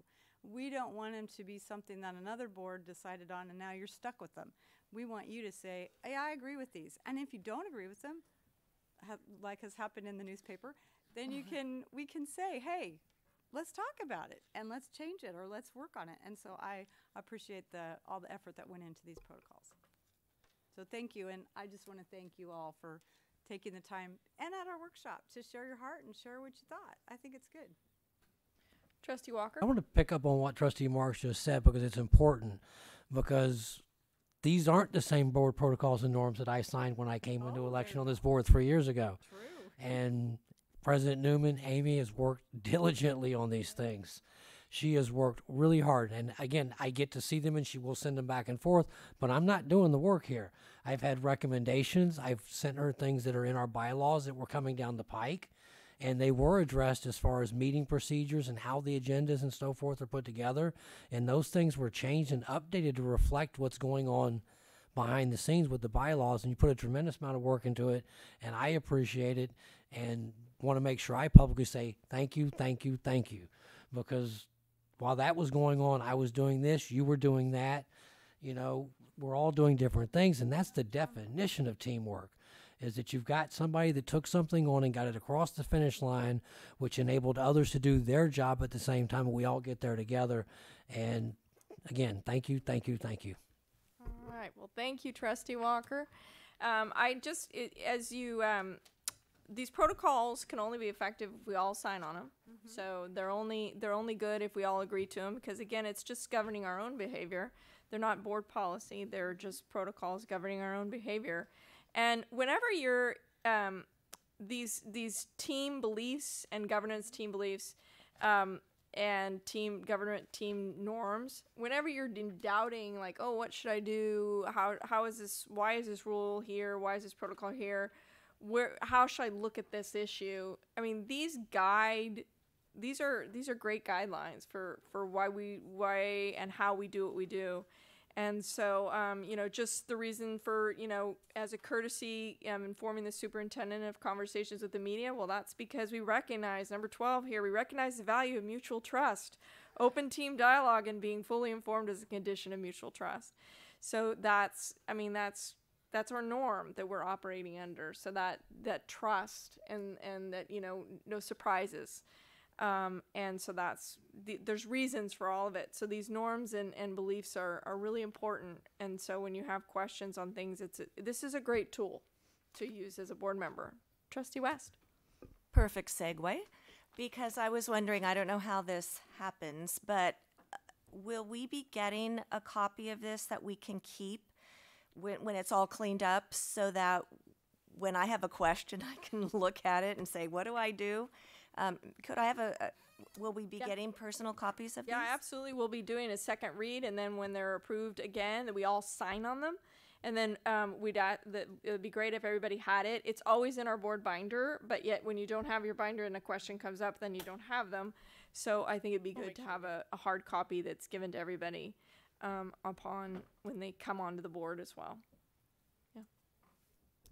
Is there any reason we couldn't put these somehow attached onto the website with our board bylaws and policies that allowed everybody to have access to them? No, it's not a problem. In the sense of transparency, say that way if somebody gets it wrong and we say do your homework, they can go do the homework without getting in trouble.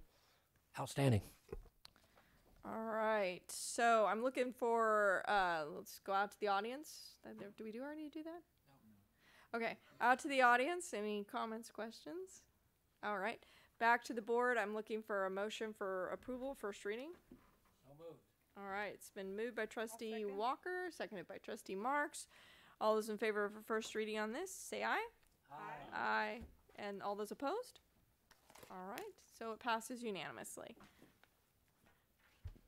Actually, I didn't see your vote, Trustee Irvin. Yeah, so I just, let's go back and do that again. So all those in favor, state aye and raise your hand. Aye. Aye, okay, everybody's up. So it does pass unanimously. I'm like, did he oppose? Okay, so that takes us on to item B11. Oh, goody. The possible nominations for Modesto City Schools trustee to run for CSBA delegate assembly. Is there anyone willing to do this? Oh, John is glutton for punishment. And I will caveat by saying that I did send email to them today asking why we have not received a seat given that we're the largest district in the county. I will find out what the response is, but I find it very, I'll just leave it be at that. I'll tell you why. I told them what your reason was because I remember when you told me last time, it was in the email. 30,000 students, ADA. So it's average daily attendance, even though we have that. Now, we have had it for about 6 or 7 years. We were above 30,000, so we had an appointment from our board. But it's very difficult to get elected by the whole county, but it's not impossible.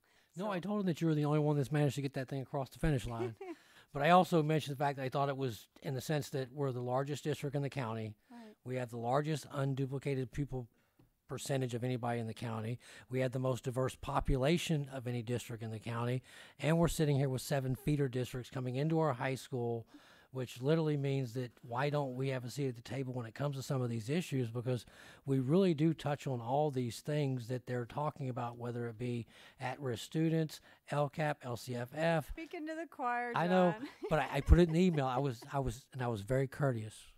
Good for you. Thank you. All right, so we'll so it's recommended that we would I'm going to nominate Mr. Walker. Does anyone want to second my nomination? I'll second it. All right, so we have a nomination and a second by Trustee Marks. All those in favor of putting up John to be a nominee, say aye. Yes, aye. All right, that's unanimous, John. Go for it. It is. Go for it, buddy. Okay, I tried that a couple times. So let's do item 11A is approval of resolution number 1819-14, reschedule election of the governing board members. And this is an item that you should have there. And let's see, there's a if anyone needs this material, it's out in the foyer or the lobby, so if we would, Dr. Noguchi, or do you want me to go? Do you want me to talk about it, or do you want to talk about it?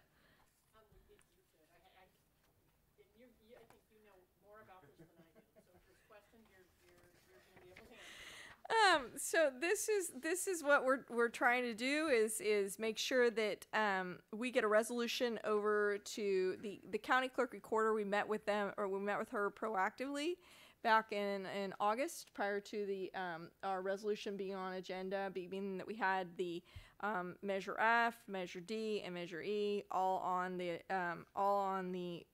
ballot for November. We wanted to make sure we had everything all set. And she said she had a December deadline to get a resolution from us stating that the election that would take place in November 2019 is now going to take place in November 2020. A couple of things that are important to note at this point.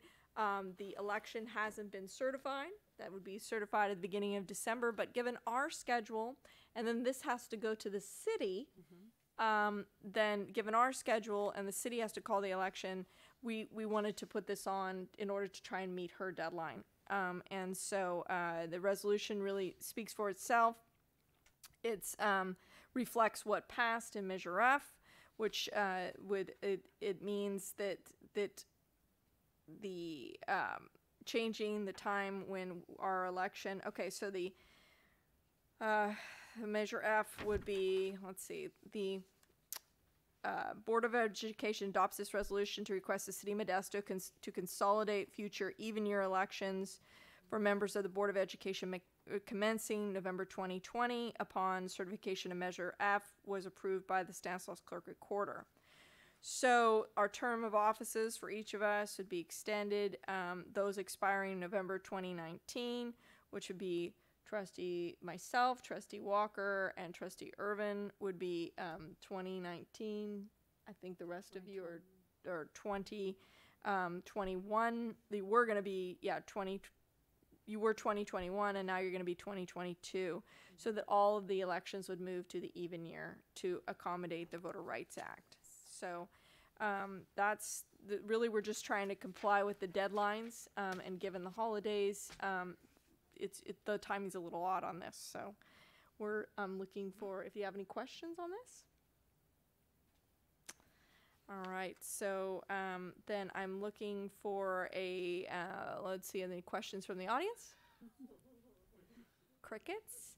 And so we back to the board. And so I'm looking for a motion, and then this is a resolution. So can I get a motion for approval? I move approval. All right, it's been moved by Trustee Marks and seconded by Trustee Irvin. And then Dr. Noguchi, will you please call the roll? Student Trustee Benz. Trustee Benz. Trustee Brown. Aye. Trustee Lopez. Aye. Trustee Marks. Aye. Trustee Walker. Aye. Trustee West. Aye. Trustee Irvin. Aye. And President Newman. Aye. Then the motion passes unanimously. All right. Ooh. This takes us on to meetings attended by Board of Education members. I'm looking for lights. Trustee Walker. All right, I did one. I was actually there with Trustee Irvin this week. Over at Lakewood, they had a Veterans Day presentation, and I will tell you, I've been thanked many times over the years by adults. Want to get goosebumps? Have 1st through 6th graders sing to you. Have sit up there with 20 other members of the public who have served in Vietnam, Korea. There was a gentleman that was in the Middle East long before we knew what the Middle East was. Trustee Irvin was there. Just a phenomenal experience. There's one gentleman up there had been there 10 years. You know, he's back in his original uniform he came back from Korea with. Just phenomenal. I mean, the kids sang, they did the pledge, they sang the national anthem, they recited the preamble to the Constitution, they sang all 5 service songs for all 5 service academies, memorized another song, had another piece they did, brought up candy. I mean, well, it was actually traditional. It was red, white, and blue Tootsie Rolls. We went back to a story from a previous conflict. They knew the story of how Veterans Day came about, 11/11/11. It was just an amazing, uplifting event that I will not miss again, ever, just to be able to sit up there and listen to the stories from the others. And that staff does a phenomenal job. You want to see civics? There's civics. Grandparents, great-grandparents who were brought and recommended by their children or their grandchildren. Just bar none, phenomenal, goosebumps, well done. It is very special. I highly recommend it to even non-veterans. It's very moving. Yeah. So, Trustee Marks.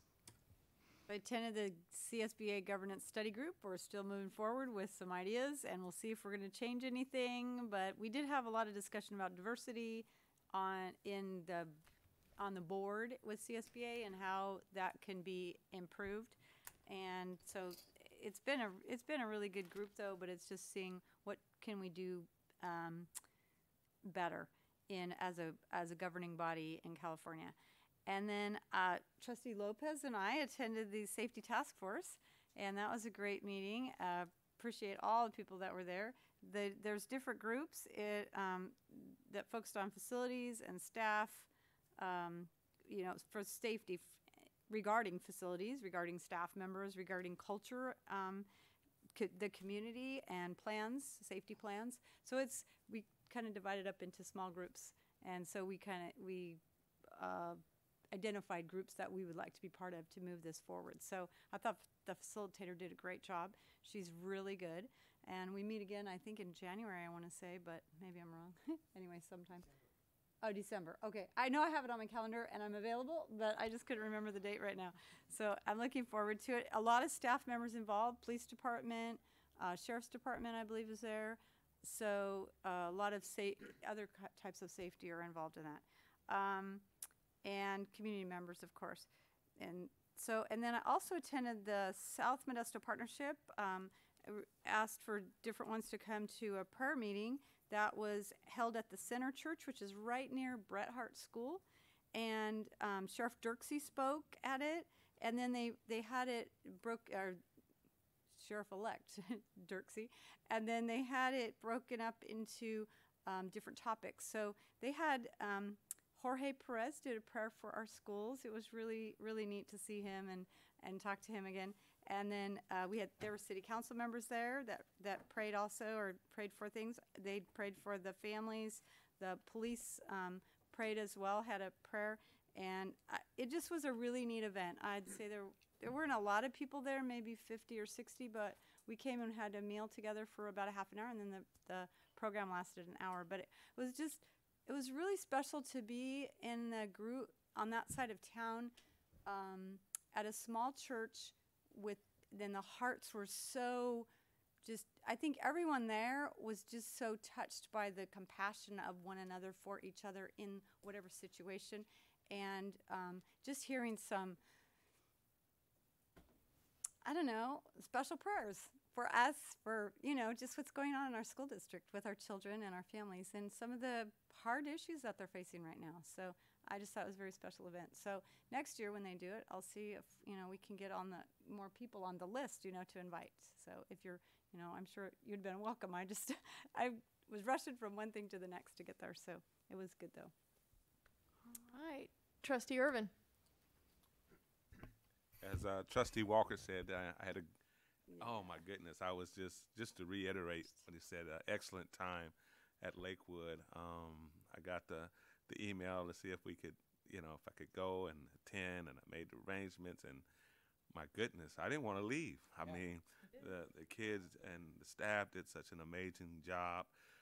I noticed more of the kids were dressed in Navy attire than any other service there, so that was something. But for them to learn those songs, the Armed Forces medley, to see that, and then the gentleman who could still fit in his Korean War uniform, and I'm looking at myself like, man, maybe next year I can come in mine. I got some work to do though. But it was really just, it's just wow that these kids had an understanding of their veterans and the sacrifices they made, and they continue to make, because we had a couple who were still in that was there as well. So yeah, kudos to Lakewood. I said I worked with the district for 15 years, never heard of, but I won't miss another one. We want to thank you too. It's a perfect opportunity to thank you both for serving. It's such an awesome thing to have two board members that are in the service for our country, who have been, and thank you for serving. It's a huge sacrifice. Trustee Brown. So I get to report on a very informal meeting that several of us attended, and Trustee West, President Newman, Trustee Lopez, Dr. Noguchi, Mr. Zerly, Mr. Ort, Dwayne Walterstorff. Have I left anybody out from the district? As we met on election night to watch the numbers come in and see that we had successfully passed these bonds. It was Great. amazing. Good. It was exciting. Yep. I know. Good job. All right. Well, Trustee Lopez. I think I was just going to piggyback on what Trustee Brown said, and I just, since I know some of us out there will see this video, I want to thank the voters for coming out last Tuesday. It was record-setting throughout the county and throughout the state, but most importantly in our school district. So I just want to thank the voters for allowing us this opportunity to bring improvements to our schools. Thank you. Let's see. I had a couple meetings that I went to this week with Dr. Noguchi. We went out to Shackelford, seeing some great work that they're doing out there. Just some definitely working on instruction strategies. Hung out at La Loma in the La Loma and El Vista for a little bit on the street, waving a sign. I saw Chad was out there too. I found a good spot. And then I was out at Mark Twain on Thursday last week, just in their after-school tutoring program. And my son's gonna be helping out with math, so he had to help me help them. Because I'm like, well, so how is it they're supposed to do it? I can figure out the answer, but how is it they're supposed to know how to do it? So it's really helpful to have. So your idea, Shelby, on getting some mentoring, just getting kids out to some of our junior highs would be very helpful. And then all day Saturday, I, along with Chris Peterson and his lovely wife, Dee Dee, I was judging a speech tournament at Modesto High School. So seeing our amazing students, we have a speech program at Modesto High School and at Enox High School. We have students competing only at 2 of our high schools. And but Modesto High was hosting, so there was a lot of students in the program, and it's growing. Our program is growing over there. We used to be a powerhouse of speech in this area. We were on the map, the national map, of producing a lot of national champions. So that golden age of speech, it could return, but that was a fun week last week. All right, so that takes us on to the items to be placed on future Board of Agenda items. Education agenda. Anyone? I just have a comment on when we do the revisions on the first reading that come in the second reading. Could we do 2 things? Instead of draft on the second reading, put second reading on the top of it. It used to say that, so I knew it was the second reading. And then could we somehow identify that these were the ones that were changed in the board meeting, how they were changed, how they were edited? Because right now it's just all, so if we took a line from tonight and a suggestion from Mr. Brown and made a change, could we show how that changed? I don't know if, just let us know how you do that. Right. We could maybe underline like we did in the protocols where we did red and underline, because I think in the bylaws and in the board policies, we're just doing red. So if we did red and underline, that would be something that would come from the board change. That might be an editing way to do it. Oh, that's great. Okay, that sounds good, yeah. That's what we did in the protocols. So that probably would work for that. Any items to be added to the agenda? All right, then I'm looking for a motion to adjourn. I move adjournment. Moved by Trustee Marks, seconded by Trustee Lopez. All those in favor? Aye. Passes unanimously. We're adjourned. You did it.